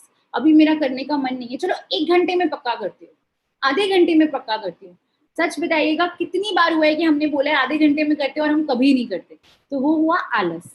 तीसरा आता है बहाने, कि हम फिर बहाने खोजते रहते हैं, जैसे अभी तो मैं बिजी हूँ, अरे अभी तो मेरी फ्रेंड का फोन आ गया, वो मुझसे कुछ पूछ रही है, तो पहले मैं उसको बता दूं। तो हम बहाने खोजते रहते हैं काम ना करने के। चौथा आता है इनकार। हम इनकार करते हैं कि अभी तो बहुत टाइम है, हम वो सिचुएशन को फेस ही नहीं करते कि अरे अब टाइम खत्म होता जा रहा है, अब वाकई ही डेडलाइन है, अब वाकई ही मैम ने मांगा है हमारा होमवर्क, हमें अब कल तो देना ही है। हम फिर भी शाम में बैठे सोचते हैं अरे अभी तो पूरी रात बाकी है, कर लेंगे आराम से। तो हम वो सिचुएशन की गहराई से इनकार करते हैं। और पांचवा आता है संकट, कि अगले दिन चले गए, या बिल्कुल नहीं काम हुआ, या थोड़ा सा ऐसे ही बस कैसे भी करके भेज दिया काम, या एक क्राइसिस सिचुएशन आ गई जहां हमने काम को ठीक से नहीं किया। और इस संकट के समय में हम अपने आप से कसम खाते हैं कि अगली बार जब भी ऐसा कोई कार्य मिलेगा ना, हम पक्का से काम खत्म करेंगे, हम फटाफट अपना सारा काम करेंगे। लेकिन होता क्या है, जब अगली बार वो सिचुएशन आती है, हम फिर से टाल मटोल करने बैठ जाते हैं, फिर से हम वही चीज दोहराते हैं, और हम कभी भी इससे बाहर नहीं आ पाते, क्योंकि हमारी वैसी आदत बन चुकी है। तो ये साइकिल समझना जरूरी है। अब अब आता है कि हम प्रोक्रेस्टिनेट कैसे ना करें, या जब हम कर रहे हैं तो किन कारणों से, पहले तो हम प्रोक्रेस्टिनेट कारण क्या है। तो कबीर जी का बड़ा एक फेमस दोहा है, आप सभी जानते होंगे, काल करे सो आज कर, आज करे सो अब, पल में प्रलय होएगी बहुरी करेगा कब। यानी कि जो काम आप कल कर रहे हो वो अभी करो, आज ही कर लो उस काम को, ज्यादा वेट नहीं करनी है हमें उस काम के लिए, है ना। तो अब जो प्रोक्रेस्टिनेशन होती है वो किन कारणों से होती है। एक तो हमें ओवर कॉन्फिडेंस होता है, अपने ऊपर अति विश्वास है कि ये काम तो हम बड़े आसानी से कर लेंगे, ये काम तो बस 1 घंटे का है, मैं रात में बैठ के करूंगी। तो इस वजह से हम काम को टालते हैं जब तक रात होती नहीं है। एकाग्रता की कमी, यानी कि हम एक जगह ध्यान ही नहीं दे पाते, सिंगल माइंडेड नहीं हो पाते, वही डिफरेंट डिफरेंट चीजों को करना चाह रहे हैं बार बार। तीसरा, एक असफलता का डर। कभी कभी हम काम इसलिए भी टालते हैं क्योंकि हमें डर लगता है कि जब हम ये कार्य करेंगे तो क्या हमें सफलता हासिल हो पाएगी या नहीं, उसके कारण भी हम टालते हैं। और चौथा आता है वो काम जो हमें नापसंद है। आपने कभी सोचा है कि जब आपको कोई वीडियो गेम खेलने को बोलता है तो आप 2-2 घंटे तक वीडियो गेम खेल लेते हो, लेकिन वही रुचि, वही मन आप पढ़ाई में नहीं लगा पाते। इसका क्या कारण है? इसका एक कारण है जो हम बायोलॉजिकली एक्सप्लेन कर सकते हैं। उसका कारण ये होता है कि हमारे ब्रेन में एक डोपामाइन रिसेप्टर्स होती है, न्यूरोट्रांसमीटर्स होते हैं एक्चुअली, वो रिलीज होते हैं जब भी हम कोई ऐसा कार्य करते हैं जिसमें हमें रुचि होती है और जिस कार्य को करके हमें अच्छा लगता है, तो वो रिलीज होता है। अब वीडियो गेम खेल के हमें बहुत अच्छा लगता है, इसलिए डोपामाइन रिलीज होता है और हम और ज्यादा खेलना चाहते हैं, और ज्यादा वो खुशी को, वो मजे को हासिल करना चाहते हैं। लेकिन पढ़ाई करके हमें इमीडिएटली कोई अच्छा नहीं लगता। हाँ, अगर हम निश्चित रूप से पढ़ाई करेंगे तो हमारा रिजल्ट अच्छा आएगा, लेकिन वो अच्छा मुझे आज नहीं लगता। इसके चलते भी मैं कभी-कभी वो डोपामाइन क्योंकि रिलीज नहीं होता, इसीलिए भी मेरा मन नहीं लगता और मैं ऐसे काम से जिसमें मुझे तुरंत रिवॉर्ड नहीं मिलता या जो मुझे पसंद ही नहीं आता, कहने को सिंपल भाषा में बोले, उसको हम परहेज करते जाते हैं। तो आइए अब टिप्स और ट्रिक्स में जल्दी से जानते हैं कि हम इसे कैसे रोक सकते हैं। टिप्स और ट्रिक्स पे जाने से पहले मैं आपको एक बात बोलूंगी। सबसे ज़रूरी होता है, अगर आपको इतना लंबा नहीं करना, आपको बहुत बड़ा स्केड्यूल नहीं बनाना, वैसे तो वो बनाना अच्छा रहता है, यदि आप नहीं बनाना चाहते हैं, तो उसमें एक तरीका ये होता है कि आप एक टू डू लिस्ट बना सकते हैं। यानी कि आज मैं क्या कार्य करूँगा, मेरे कार्यों की लिस्ट, ठीक है? अब जो टू डू लिस्ट होती है, आप उसमें जो कार्य बनाते हैं, वो सरलता से लेके मुश्किल कार्य ऐसे बना सकते हैं, या फिर सबसे मुश्किल ऊपर लिख के सबसे सरल आप नीचे लिख सकते हैं। तो वो एक टॉप डाउन हो गया, सरल से मुश्किल, और एक हो गया मुश्किल से सरल। अब मैं आपको बताती हूँ ये टेक्निक्स आप कैसे यूज कर सकते हैं। पहली टेक्निक आती है 10 मिनट रूल।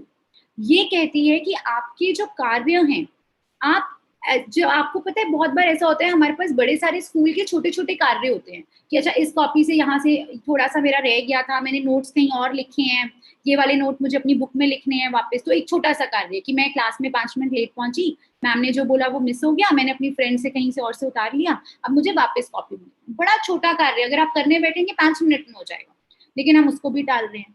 तो एक ऐसे कार्यों की लिस्ट बनाइए जो सारे कार्य आपके 10 मिनट के अंदर अंदर हो सके, और पहले आप उनको पूरा कर लीजिए। तो एक ये आपको मदद करेगा, बहुत सारे छोटे छोटे कार्यों को एक साथ तुरंत 1 घंटा लगा के पहले उन्हें खत्म करिए। तो वो आपका एक तरीका है। दूसरा तरीका आता है 2 मिनट टेक्निक। अब आप बोलेंगे मैम 2 मिनट में क्या हो सकता है? फिर मैं कहूंगी ऐसे कुछ कार्य होते हैं जो 2 मिनट से भी हो जाते हैं। जैसे मम्मी ने कहा था कि बस बेटा एक बिल फोन पे ना, मोबाइल पे एक बिल पे कर देना। बहुत सरल कार्य था, लेकिन मैं नहीं कर रहा, कल कर दूंगी, अच्छा अभी करती हूँ, 1 घंटे में करती हूँ। तो एक आप वो भी लिस्ट बना के रख सकते हैं अपने पास, ऐसे कार्य जो आपको लगता है कि 2 मिनट में हो जाए, उनको आप अभी कर लीजिए कि नहीं 2 मिनट का समय नहीं लेंगे, अभी जो 2 मिनट में हो सकते हैं उनको मैं अभी करूंगा। तो ये जो दो चीजें हैं, ये आपको सबसे पहले तो आलस से बचाएंगी। जो हमें एक आलस आ रहा था, जो आपने यहाँ देखा इस साइकिल में, ये आलस, अगर आप ये दो चीजें अपनाते हैं, 10 मिनट रूल और 2 मिनट, तो ये आपको आलस से बचाएंगे कि जो मेरा मन ही नहीं कर रहा, मैं काम शुरू ही नहीं कर रही, वो कम से कम मेरा शुरू हो जाएगा, मैं उस मोशन में आऊंगी कि मुझे काम करना है। तो ये तो एक बात हो गई आपकी। इसमें आप सरल कार्य पहले करते हुए मुश्किल कार्यों पे बाद में आते हैं इस टेक्निक में। अब जो तीसरी टेक्निक है जिसका नाम है ईट द फ्रॉग, सच में मेंढक नहीं खाना हमें। इसका मतलब ये है कि जो सबसे बड़ी चीज है, ठीक है, जो हमें करनी है, उसको सबसे पहले कर लो। क्योंकि अक्सर हम उस चीज से डर रहे हैं और उसके चलते छोटी छोटी चीजें भी नहीं कर रहे। तो सोचिए कि आज के दिन में सबसे बड़ी या टाइम कंज्यूमिंग, सबसे टाइम लगेगा, वो क्या चीज है, उसको उठाओ और सबसे पहले कर लो। तो ये क्या हुआ, मुश्किल से लेके सरल आने का तरीका। तो ये जब आप करते हैं तो आपको एक बार जब मुश्किल चीज हो गई है तो छोटी छोटी चीजें आप फटाफट से कर पाते हैं। तो ये एक और तरीका है। अब मैं ये भी बोलूंगी कि कई लोग होते हैं, आपने देखा होगा क्वेश्चन पेपर आता है एग्जाम में, इसके बारे में हम अगले वेबिनार में भी चर्चा करेंगे, एग्जाम्स के ऊपर है वो। आप देखेंगे कई लोग होते हैं जो सारे आसान सवाल पहले कर लेते हैं और मुश्किल सवाल फिर बाद में करते हैं आराम से सोच के। कई लोग होते हैं जो कहते हैं नहीं हम मुश्किल सवाल पहले अटेम्प्ट करेंगे, पहले हम सारा मुश्किल मुश्किल खत्म कर लेते हैं, हमारी टेंशन खत्म हो गई, अब हम सरल आराम आराम से करेंगे। तो इसमें सही गलत कुछ नहीं है, इसमें आपका तरीका है कि आपको क्या अच्छा लगता है। आप ऊपर वाली 2 टेक्निक्स करना चाहते हैं, सरल से मुश्किल जाना चाहते हैं या मुश्किल से सरल जाना चाहते हैं। अच्छा, अब आता है रिमूव डिस्ट्रैक्शंस। तो आपके आसपास मोबाइल फोन या टीवी अगर खुला है, ऐसी जो भी चीजें हैं आपके आसपास जिनको देख के आपको लगता है कि आप डिस्ट्रैक्ट हो सकते हैं, वो चीजें पहले आप हटा दीजिए। जहां पे भी आप बैठ के पढ़ाई करते हैं उसको साफ रखिए और कम से कम डिस्ट्रैक्शन रखिए। फोन तो सबसे दूर रख के आइएगा, फोन सबसे बड़ी डिस्ट्रैक्शन है। और ये करने से जो हमें बहाने मिलते हैं, जो आपने, फिर से मैं वही दिखाऊंगी, ये जो बहाने हैं हमारे कि अच्छा अभी कर लेंगे या अभी मेरी फ्रेंड का फोन आ गया ना, पहले उससे बात कर लूं, वो बहाने भी कम करने में हमारी मदद होती है। 5वीं टेक्निक ये है, जो टेक्निक ये कहती है कि आपको, जैसे मैंने बताया कि डोपामाइन तब सिक्रीट होता है जब हमें लगता है कि हमें इस कार्य से कोई रिवॉर्ड मिलेगा और हमें वो रिवॉर्ड तुरंत चाहिए होता है। ठीक है, तो अगर एक तरीका है अपने आप को तुरंत रिवॉर्ड देने का, पढ़ाई करके तुरंत तो रिवॉर्ड मिलता नहीं है, वो रिवॉर्ड तो हमारा या तो एग्जाम में आएगा या अगले दिन मैम होमवर्क साइन करके गुड लिखेंगी तब आएगा, तो तुरंत तो नहीं आया। तो आप तुरंत अपने आप को रिवॉर्ड कैसे दे सकते हो? आप तुरंत ये कर सकते हो कि आप आंख बंद करके 1 मिनट गहरी लंबी सांस लेके अपने आप को काम करते हुए इमेजिन करो कि मैं काम कर रही हूँ।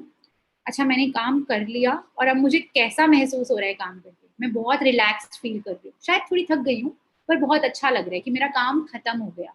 वो एक मेरे सर पे जो बर्डन था उस काम को जो लेके मैं बड़ी परेशान थी, वो खत्म हो गया। आप जब अपने आप को इस तरह इमेजिन करते हैं तब भी आपके ब्रेन को सिग्नल जाता है कि आपको ये भी एक फॉर्म ऑफ रिवॉर्ड है जो आप अपने आप को दे रहे हैं। इमेजिन कीजिए कि आप काम पूरा कर चुके हैं, आपको वो लक्ष्य प्राप्त ऑलरेडी हो गया है। इससे फिर से वही डोपामिन वाली बात आएगी, वो सिक्रीट होता है और आपका रुचि बढ़ा रहता है उस काम में। इसके अलावा आप एक चीज और कर सकते हैं, जो है, आपको पता है हम लोग अपने आप से भी बातें करते हैं कई बार। अगर आप अभी शांत हो जाएं तो मेरी एक मन की आवाज है, मैं अपने आप से मन में भी बात कर सकती हूँ। आप सबने नोटिस किया होगा हमारी एक मन की अंतरात्मा की आवाज होती है और हम कॉन्स्टेंटली अपने आप से अंदर ही अंदर मन में बात करते चले जाते हैं। तो वो बात में बहुत बार ऐसा होता है कि हम इस तरह की चीजें अपने आप को बोलते रहते हैं, अच्छा बाद में कर लूंगी, मन में ना हम बोलेंगे अच्छा बाद में कर लेंगे, चलो थोड़ी देर बात करती हूँ। तो आपको क्या करना है, आपको जब भी आप अपने आप से ये बात करो कि मैं बाद में करूंगी, उसको बदल के आप ये कर दो, क्यों ना मैं अभी कर लूं ताकि बाद में मेरे पास थोड़ा समय और बच जाए। तो अपने आप से जो बात कर रहे हो, जो टॉक, आप सेल्फ टॉक जिसको हम अंग्रेजी में कहते हैं, उसको पॉजिटिव रखिए, उसको वो आप अपने आप को बताइए जो आपको इनकरेज करे।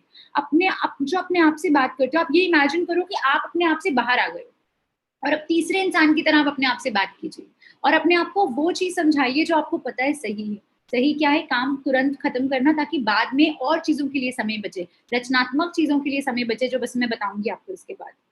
तो आप एक ये कर सकते हैं। और आखिरी ये है कि जहाँ पे आप पढ़ते हैं उसको आप बदल सकते हैं, जो आपकी जगह है पढ़ने की, यदि आपको लग रहा है कि वहाँ पे आपको डिस्ट्रैक्शन ज्यादा है तो आप कोई और जगह ढूंढ लीजिए। जरूरी नहीं है कि कोई बहुत ही बड़ी जगह होनी चाहिए, नहीं। पढ़ने वाला इंसान छोटी जगह में भी पढ़ लेगा, पढ़ने वाला इंसान एक ट्यूबलाइट के नीचे बैठ के भी पढ़ लेता है, कभी कभी अंधेरे में भी पढ़ लेते हैं। आपने सुना होगा बहुत से ऐसे लोगों के किस्से हैं जो बहुत बड़े बड़े व्यक्ति बने बाद में। तो आप अपनी वो जगह बस चुन लीजिए जहाँ पे आप कुछ देर के लिए बिना किसी डिस्ट्रैक्शन के पढ़ाई कर सकते हैं। तो ये तो हुई टाल मटोल की बात। अब आते हैं प्रोडक्टिविटी पे कि हम एफिशिएंसी अपनी कैसे बढ़ाएं, बेहतर से भी बेहतर कैसे बने। अब एक मुझे लगता है बहुत लोगों के मन में ये रहता है कि प्रोडक्टिविटी की जब हम बात करते हैं तो लोगों को ये लगता है कि प्रोडक्टिविटी का मतलब ये होता है कि हम ज्यादा से ज्यादा चीजें कम से कम मतलब हम ज्यादा से ज्यादा चीजें एक ही दिन में सब कर पाए, है ना। लेकिन एक्चुअली में प्रोडक्टिविटी वो नहीं होती। प्रोडक्टिविटी का मतलब ये नहीं होता कि हम हर रोज 100 चीजें 200 चीजें एक साथ कर रहे हैं। प्रोडक्टिविटी का मतलब ये होता है कि हम निरंतर रूप से कुछ ऐसी चीजें हैं जो जरूरी हैं, जैसे पढ़ाई करना, अपना ध्यान रखना, अपने घर वालों का ध्यान रखना, वो सब चीजें हम निरंतर रूप से हर रोज कर रहे हैं, वो हुई प्रोडक्टिविटी। ठीक है, तो एक तो आपको ये ध्यान रखना है। इसके अलावा जो यहाँ लिखा गया है कि हम कम समय लेते हुए अधिक कार्य और अच्छा कार्य, इस प्रकार का जो क्वालिटी हो, जिसमें गुणवत्ता हो, वो कार्य कैसे कर सकते हैं। और साथ ही साथ अगर हम प्रोडक्टिव होना सीखें तो इसमें हमारी पर्सनल ग्रोथ भी है, हमारा अपना व्यक्तिगत विकास भी है। ऑफ कोर्स हमें अपने लक्ष्य मिल रहे हैं, सब मिल रहा है, पर हम एज ए ह्यूमन भी हम बेहतर होते जाते हैं, हमारा काम बेहतर होता जाता है, लोग हमारे काम को कभी ना कभी पहचानने लग जाते हैं। तो आइए जानते हैं हम और प्रोडक्टिव कैसे हो सकते हैं। एक और बात यहाँ छोटी सी बोलना चाहूंगी कि जितनी भी आपने टिप्स और टेक्निक्स आप सीख रहे हो, मैं आशा कर रही हूँ आप लिख रहे हो आपकी फेवरेट टिप्स और टेक्निक्स अभी तक की क्या हैं, और हम आगे भी थोड़ी और बताएंगे। ये जरूर ध्यान रखिएगा कि ये जितनी भी टिप्स और ट्रिक्स हैं, ये सब आपस में कहीं ना कहीं इंटरलिंक्ड है। ऐसा नहीं है कि एक ये टेक्निक सिर्फ टाइम मैनेजमेंट की ही है या ये टेक्निक सिर्फ प्रोडक्टिविटी की है। ये सारे कॉन्सेप्ट्स भी अगर आप देखेंगे ना तो आपस में इनका बड़ा गहरा नाता है, ये सब जुड़े हुए हैं। आपको समझाने के लिए हमने इनको अलग अलग करके बताया है, और जो टेक्निक ज्यादा फिट होती है कहीं पे वहां दी है। लेकिन ऐसा नहीं है कि ये टेक्निक आप एक जगह यूज करेंगे, आप इसको अलग अलग वे में सोच सकते हैं कि कहाँ कहाँ यूज करें, और मिक्स एंड मैच करके भी यूज कर सकते हैं। ठीक है, चलिए अब आते हैं वापस इस पे, टिप्स क्या हैं। पहली टेक्निक आती है कि अपनी एक विन्स लिस्ट बनाइए। अब विन क्या है? जीत। छोटी छोटी जीत होनी चाहिए। मैं नहीं कह रही कि बहुत बड़ी जीत की लिस्ट बनाइए, आज मैं क्लास में अव्वल आई ना। छोटी छोटी जो आप जीत करते हैं, वो जीत मेरा लक्ष्य प्राप्त हो सकता है करना। मेरा आज का लक्ष्य क्या था कि मैं आपका वेबिनार लूं, वो अगर मैंने प्राप्त किया तो वो मेरी जीत है, आज मैं खुश हूं क्योंकि मैंने वेबिनार लिया। आपका शायद होगा लक्ष्य कि मैं वेबिनार अटेंड करूं, तो आपने की आपकी भी वो जीत है। तो आप अपनी एक विन्स लिस्ट बना सकते हैं जो आप हर रोज बनाएं। इससे आप अपने आप को एनकरेज करते हैं कि आप हर रोज प्रोडक्टिव हों। तो आप हर रोज जो भी कार्य पूरा कर पाते हैं, अच्छे से कर पाते हैं, जो टेक्निक्स बताई जा रही हैं उनको यूज करते हुए कर पाते हैं, तो आप एक साथ ही अपनी विन्स लिस्ट क्रिएट कर सकते हैं कि अच्छा आज मैंने ये और ये किया, कल मैंने ये किया। तो होता क्या, लास्ट में जाके अगर आप महीने के अंत में देखेंगे तो आपके पास कितनी सारी ऐसी चीजें हैं जो आप कर पाए हैं, जो लक्ष्य, छोटे छोटे लक्ष्य आपने हासिल करे हैं, जो आपको कहीं ना कहीं आपके बड़े लक्ष्य की ओर लेके जा रहे हैं। तो ये एक तरीका है। दूसरा है, ये मैं भी बहुत बार यूज करती हूँ, इसे कहते हैं फोकस ऑन मिनट। यानी कि हम क्या करते हैं, हम यूजुअली आप देखोगे ना, हम जब बात करते हैं समय की तो हम घंटों में करते हैं। अच्छा अभी 1 घंटे में करते हैं, अच्छा 2 घंटे लगेंगे इस काम में। आप सोचिए अगर हम मिनट में बात करने लगे, तो मैं ये बोलूंगी कि एक दिन में हमारे पास 1440 मिनट हैं। 1440 मिनट में मान लीजिए कि आप 8 घंटे सोते हैं, यानी कि 480 मिनट तो आपकी नींद हो गई। और वो भी बहुत जरूरी है, ऐसा नहीं है कि आप वो टाइम वेस्ट कर रहे हैं, सोना बहुत ही ज्यादा जरूरी होता है। एक हमारा जो ब्रेन है वो तभी अच्छे से काम करता है जब हमें पूरी नींद मिले। तो वो वेस्ट नहीं है, पर वो 480 मिनट आपके जीवन उस दिन से निकल गए। अब बचे आपके पास 960 मिनट। अब आप मुझे बताइए, इस 960 मिनट में आपने खाना भी खाना है, उठ के नहाना धोना है, आपने अपनी पूरी दिनचर्या करनी है, काम भी करना है, हो सकता है घर वालों के साथ भी समय बिताना है। ऐसे में अब वो 960 मिनट को आप किस प्रकार डिवाइड कर सकते हैं? क्या आप 60 मिनट फेसबुक पे या किसी और ऐसे टिकटॉक पे समय बिताना चाहेंगे जिसमें आपके पास सिर्फ फिर 900 मिनट बच गए? तो ये जब आप अपने आप से इस प्रकार से सवाल करने लगते हैं कि 960 मिनट में मैं क्या क्या ऐसे काम करूं, कितने मिनट में किसी चीज को दूं, तब जाके आपको एक पूरा एक समय का और ज्यादा डिटेल में अंदाजा लगता है, और आप कहीं ना कहीं अपने दिमाग को ये कहते हैं कि नहीं, अब मुझे थोड़ा ज्यादा स्ट्रिक्ट होना पड़ेगा, अब मुझे ज्यादा समय उन चीजों में देना पड़ेगा जिनकी ज्यादा वैल्यू है मेरी लाइफ में। मैं ये नहीं कह रही कि सिर्फ पढ़ाई पे देना पड़ेगा, मैंने कहा जिनकी ज्यादा वैल्यू है, मेरे माता पिता भी है, मेरे दोस्त भी है, उनके साथ भी समय व्यतीत करना है, मुझे अपनी हॉबीज पे भी ध्यान देना है, मुझे क्या पसंद है नापसंद है, रुचियों पे अपनी ध्यान देना है, उन सब पे भी मैं समय व्यतीत करूँ। अगला आता है, अपने जीवन का एक आइडियल टाइम ढूंढिए। तो मैं ये नहीं कभी भी बोलती आपको कि आप अपना टाइम मैनेज करो, मैं ये कह रही हूँ आप अपनी एनर्जी मैनेज करो। जैसे मैंने आपको एग्जांपल दिया था कि लंच के बाद अगर 2 बजे हम खाना खाते हैं, उसके बाद मुझे बड़ी नींद आती है, मेरा मन नहीं करता काम करने का, तो आधा घंटा मैं थोड़ा सा आलस में रहती हूँ, फिर जाके मेरी एनर्जी वापस आती है शाम के टाइम 3-4 बजे। तो आप वो ढूंढिए कि आपके लिए ऐसा क्या टाइम है जब आपकी जो एनर्जी लेवल है वो बहुत हाई है।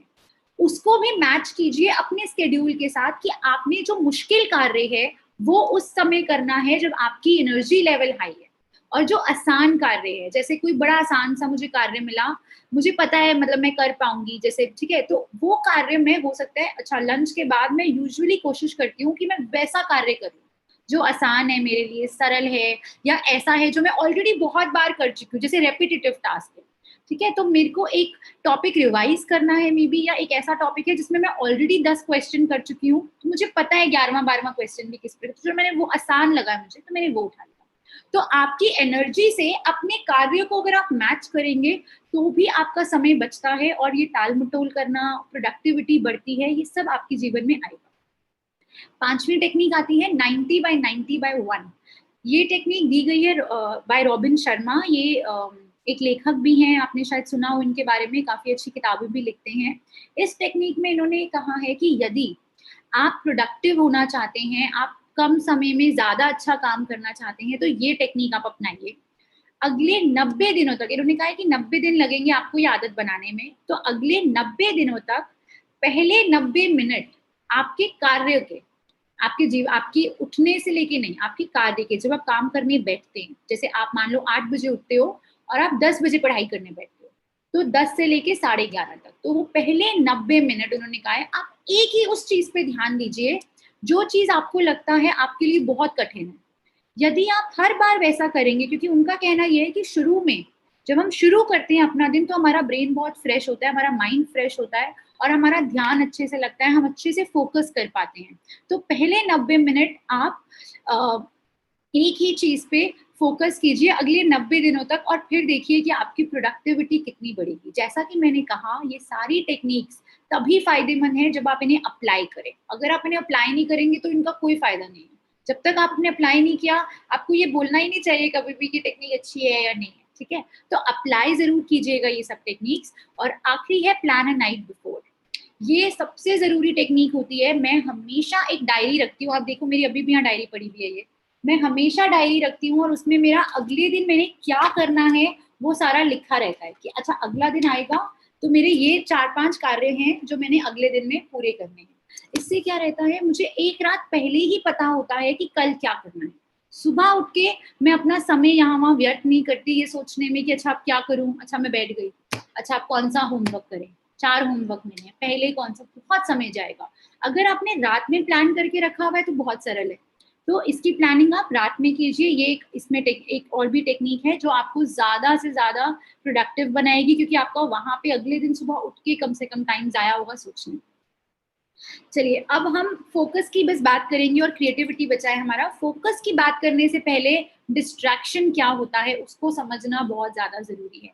ऐसी क्या चीजें हैं जो हमें कभी इधर चला कभी उधर चला पर बीच में नहीं चला, कि हमें चलना तो बीच में है, सीधे रास्ते पे है, वहां नहीं चल के हम यहाँ वहां चलते रहते हैं, है ना। तो ऐसा क्यों होता है? ऐसा इन कारणों की वजह से होता है। कभी तो काम बहुत ही मुश्किल है तो हम एकदम थक गए हैं, बर्नआउट हो गया, बस अब हम और कुछ कर ही नहीं सकते। कभी कभी काम बहुत ही ज्यादा सरल है और आपने देखा होगा अगर बहुत ही आसान कार्य है तो आप जल्दी बोर हो जाते हैं, आपको लगता है ये तो मुझे आता है, मैं इसमें क्या पढूं क्या करूं। एक ये भी कारण बनता है। कुछ ऐसी चीजें होती हैं जो हमें व्याकुल कर देती हैं। अब व्याकुल करने वाली चीजें क्या हैं? हो सकता है घर में कोई परेशानी चल रही हो, आजकल कोविड चल रहा है, हम सभी काफी व्याकुल हुए हुए हैं, तो इस प्रकार की चीजें भी हमें डिस्ट्रैक्ट करती हैं। और आपने नोटिस भी किया होगा शायद आजकल के दिनों में फोकस करना थोड़ा मुश्किल हो रहा है, लंबे समय तक एक चीज पे हम नहीं काम कर पा रहे, मन नहीं लगा पा रहे, तो वो एक परेशानी देखने को मिल रही है। और आखिरी चीज रहती है कभी कभी कि नतीजा ना दिखना। हम इसलिए भी डिस्ट्रैक्ट होते हैं कि हमें लगता है अभी कुछ हो तो रहा नहीं है, इससे कितनी देर और करेंगे। तो वो जो एक थॉट आ जाता है हमारे मन में, उसकी वजह से भी हम डिस्ट्रैक्ट होते हैं और हमें लगता है हम क्यों फोकस करें। तो आइए अब जानते हैं कि हम अपनी फोकस को किस प्रकार से बढ़ा सकते हैं। सबसे जरूरी है सोना। जैसे मैंने आपको बताया था, अगर आप अच्छी नींद लेते हैं, 7 से 8 घंटे की नींद लेते हैं, तो आप अगले पूरे दिन के लिए फ्रेश रहते हैं और हमारा माइंड एकदम तेज रहता है, अपनी पूरी फुल पावर में रहता है। तो सोना बहुत जरूरी है। रात को देर रात तक फेसबुक पे टिकटॉक पे मत लगे रहिए, क्योंकि वो आपकी प्रोडक्टिविटी को कम करता है, आपके फोकस को कम करता है। दूसरा आता है सिट अप और स्टैंड। या तो ऐसे सीधे बैठिए या शायद खड़े होके भी पढ़ लीजिए। अब इसके पीछे एक लॉजिक है। आप बोलेंगे मैम ये तो सब बताते हैं हमें, हमारी मैम भी बताती हैं, पापा मम्मा भी बोलते हैं, आपने भी वही बताया। मैं आपको इसके पीछे का लॉजिक बताने वाली हूँ कि हम ऐसा क्यों बोलते हैं। देखिए, जब हम ऐसे करके बैठते हैं ना, ऐसे हंच करके अपना पीठ को थोड़ा गोल करके ऐसे बैठते हैं ना, तो हमारा जो डायफ्राम होता है इस पे हमारे लंग्स का दबाव पड़ता है और हम बहुत अच्छे से सांस नहीं ले पाते, हम गहरी सांस नहीं ले पाते, सांसें बड़ी शैलो, छोटी छोटी रहती हैं, जिसके चलते पूरी मात्रा में ऑक्सीजन हमारे ब्रेन तक नहीं पहुंचता, और उसके चलते हमारा ब्रेन कहीं ना कहीं थकावट का अनुभव करने लगता है और हम जल्दी थक जाते हैं। आपने देखा होगा कभी कभी हम उल्टा लेट के भी पढ़ते हैं, तब भी हम पूरी लंबी सांस नहीं ले सकते अगर हम उल्टे लेटे हुए हैं तो, क्योंकि फिर हमारी छाती जो है वो नीचे दब रही है। तो आप जब भी पढ़ें इस बात का ध्यान रखें कि या तो सीधे बैठ के पढ़ें, या कई बार आपने देखा होगा खड़े होके भी लोग घूम घूम के भी पढ़ते हैं, वो भी कोई बुरा तरीका नहीं है। पर ये आप बात का ध्यान रखें कि आपकी ब्रेन में ऑक्सीजन पूरी तरह से जाना चाहिए, तभी आप ज्यादा जागरूक और आपका ब्रेन कम थकेगा। तीसरा आता है एक्सरसाइज एंड ईट वेल।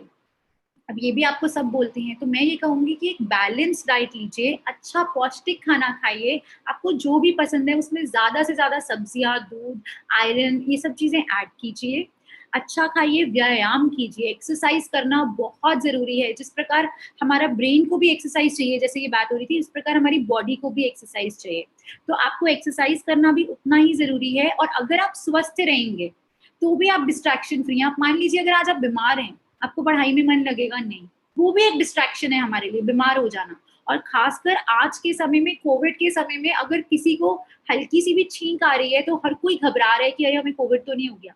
तो आप जितना अच्छा खाए पिएंगे, और ये बात आपको अपने घर में भी सबको बोलनी चाहिए कि आप जितना हाइजीनिक खाएंगे, जितना पौष्टिक खाएंगे, कम बीमार पड़ेंगे, उतना आप तनाव से भी दूर रहेंगे। ठीक है, तो एक ये बात हो गई। अब चौथी बात आती है set time for other activities, यानी कि दिन को इस तरह से बनाइए कि आप और भी कार्य करें। यहाँ आपको मैं अपना एग्जाम्पल देना चाहूंगी कि मैं क्या कर रही हूँ। मैंने अपने दिन को 5 भागों में बांटा हुआ। मेरा जो दिन का पहला भाग आता है वो आता है जिसमें मैं अपना ध्यान रखती हूँ। मैं वो चीज करती हूँ, जैसे मैंने सुबह उठ के अच्छे से ब्रश किया, अपना नहाई धोई, अपनी कंघी करी, अच्छे से अपना रेडी हो गई, तो वो मेरा अपना ध्यान है, जो मैं खुद, जो चीज करने से मेरे को मेरा ध्यान रख पा रही हूँ खुद का। पहला मेरा वो हिस्सा है दिन का। और ये मैं इसको मैं बहुत जरूरी भी मानती हूँ, क्योंकि जब मैं नहीं नहाई या मैं ऐसी ही पड़ी रह गई, क्योंकि कोविड के चलते अब सब लॉकडाउन में है, हम लोग बाहर नहीं निकलते, तो हमें लगता है क्या करेंगे उठ के, क्यों कपड़े बदले ना, क्यों उठे नहाए। तो इससे क्या होता है, मेरे को एक मोटिवेशन मिलती है, मुझे ये लगता है कि हाँ आगे आने वाला दिन है, हाँ अब मैं अपने दिन की ओर देख सकती हूँ, तो ये जरूरी है। दूसरा जो मेरा दिन का भाग है वो होता है वर्क। मतलब मेरा अब जो दूसरा भाग है उसमें मैं काम करूंगी, जो भी मेरा काम है मैं उसको मेरे दिन में वो काम का हिस्सा बटा हुआ है। तीसरा मेरा रहता है घर के काम, तो होम चोर्स। आजकल क्योंकि लॉकडाउन है तो ज्यादा काम घर वालों के लिए भी ज्यादा काम है, तो मैं कोशिश पूरी करती हूँ कि मैं अपने घर वालों की भी मदद कर पाऊँ और घर के काम काज में भी थोड़ा बहुत हाथ बटाऊं। क्योंकि एक इंसान, हमारी मम्मी या पापा या बड़े लोग ही घर का सारा काम करें वो भी सही नहीं है। तो उनके लिए वो मेरा तीसरा हिस्सा होता है दिन का। चौथा मैं समय निकालती हूँ अपनी हॉबीज के लिए। तो जो चीज करना मुझे पसंद है, जैसे मुझे पुस्तकें पढ़ना पसंद है, तो मैं समय निकालती हूँ पुस्तक पढ़ने के लिए या म्यूजिक सुनने के लिए, वो चौथा। और पांचवा और सबसे जरूरी जो मुझे लगता है वो है हेल्थ। मैं कोशिश करती हूँ कि मैं दिन में थोड़ा सा हिस्सा कुछ ऐसा कार्य करूं जिससे मैं किसी और की भी मदद कर रही हूँ, चाहे कितनी छोटी मदद हो।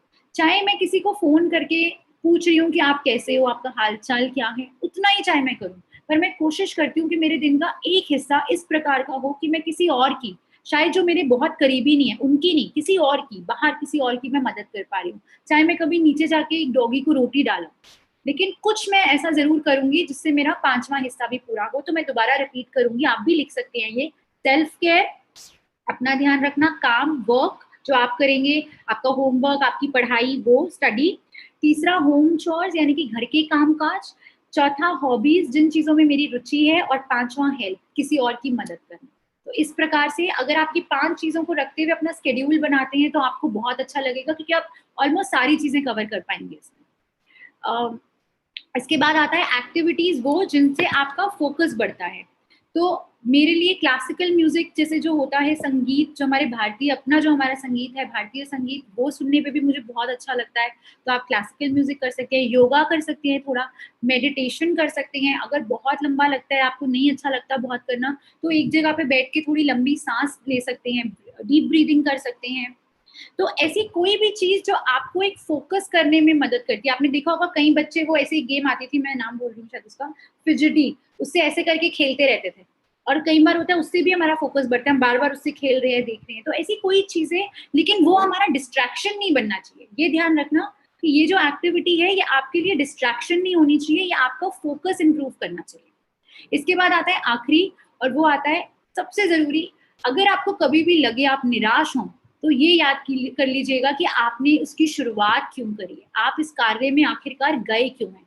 जैसे ही आप वो याद करेंगे, आपका पहला थॉट क्या था, आपका मोटिव क्या था ये कार्य शुरू करने का, तो आपकी रुचि वापस बन जाएगी, आपका फोकस वापस बैठ जाएगा। आइए चलिए अब हम करते हैं खेल खेल में, यहाँ आपको भी मजा आएगा।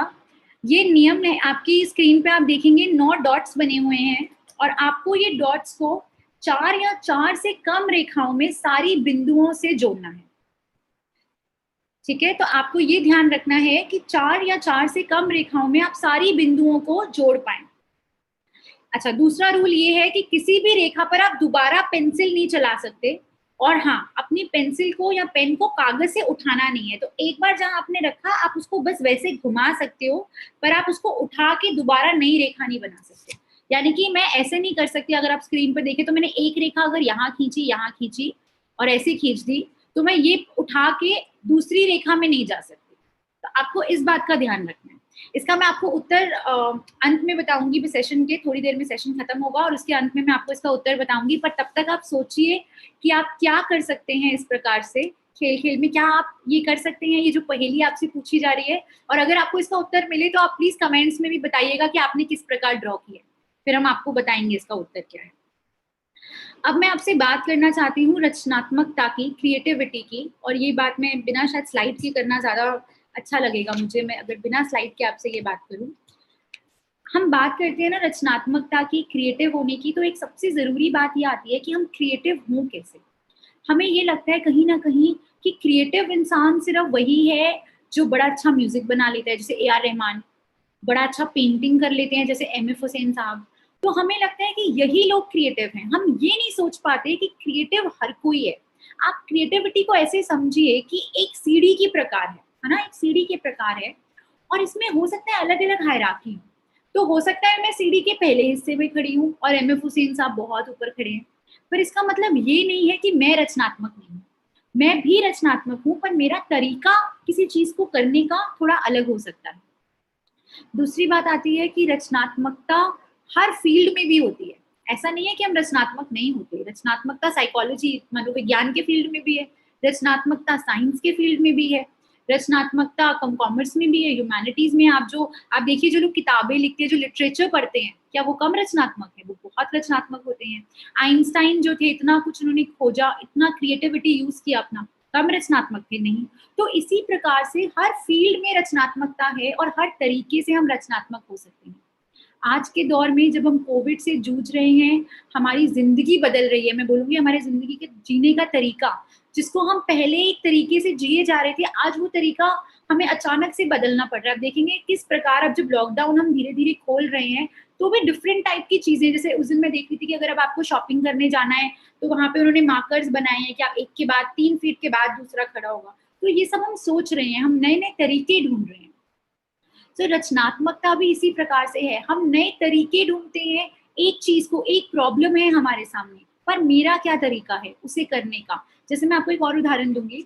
अभी मेरी एक पुरानी स्टूडेंट थी, उन्होंने क्या किया है, उन्होंने घर में उनकी मम्मी की जो बचे हुए साड़ी के थोड़े कपड़े थे, मतलब वो कुछ घर में काम करती थी सिलाई बुनाई का, तो उनके जो बचे हुए कपड़े रह जाते हैं, उन्होंने उनसे बड़े सुंदर सुंदर मास्क बनाए हैं, और वो मास्क अपने पूरे मोहल्ले में, अपनी कम्युनिटी में जाके डिस्ट्रीब्यूट करते हैं। और वो बड़े उन्होंने 10 रुपए का बस एक वो मास्क है, 5 या 10 रुपए का मास्क बनाया है, पर बड़े सुंदर सुंदर आकर्षक मास्क है, क्योंकि वो सारे प्रिंटेड हैं और बड़े अच्छे खूबसूरत रंग उन्होंने इस्तेमाल किए। तो क्या ये क्रिएटिविटी नहीं हुई? अपने दिन में हम रोजमर्रा की जिंदगी में इतने क्रिएटिव होते हैं कि जिसका कोई हिसाब नहीं है। सिर्फ प्रॉब्लम कहाँ आती है, हम समझ नहीं पाते कि अभी अच्छा ये क्रिएटिविटी है। हमने अपने दिमाग में रचनात्मकता को लेके, क्रिएटिविटी को लेके कुछ अलग ही डेफिनेशन बना रखी होती है। तो आज मैं ये चाहती हूँ कि सेशन में आप ये जानें कि हम सब रचनात्मक हैं, हम सब अपने अपने वे में रचनात्मक होते हैं, और हम सब रोजमर्रा की जिंदगी में रचनात्मक हैं। आप में से किस किस ने कुछ ना कुछ नया खाने को बनाया है, कोई नया आपने आइटम खुद से डिस्कवर किया हो, कोई ऐसी चीज हो जो आपने 2 चीजों को जोड़ के बनाई हो, खाने की या और कोई चीजें, वो सब रचनात्मकता है। तो आप अपने लिए खोजिए कि आप अपने जीवन में, रोजमर्रा के जीवन में किस प्रकार से रचनात्मक हो रहे हैं। ठीक है, अब रचनात्मकता के कुछ फायदे भी होते हैं जो मैं आपको यहाँ बताना चाहूंगी। एक तो रचनात्मकता से हमें एक ही प्रॉब्लम के अलग अलग तरीके मिलते हैं। जैसे मैंने आपको कोविड में मास्क वाली बात बताई, तो एक तो तरीका ये हो गया कि हम भाई केमिस्ट की शॉप पे जाएं और वो जो सर्जिकल मास्क मिलता है डॉक्टर लोग पहनते हैं वो लें।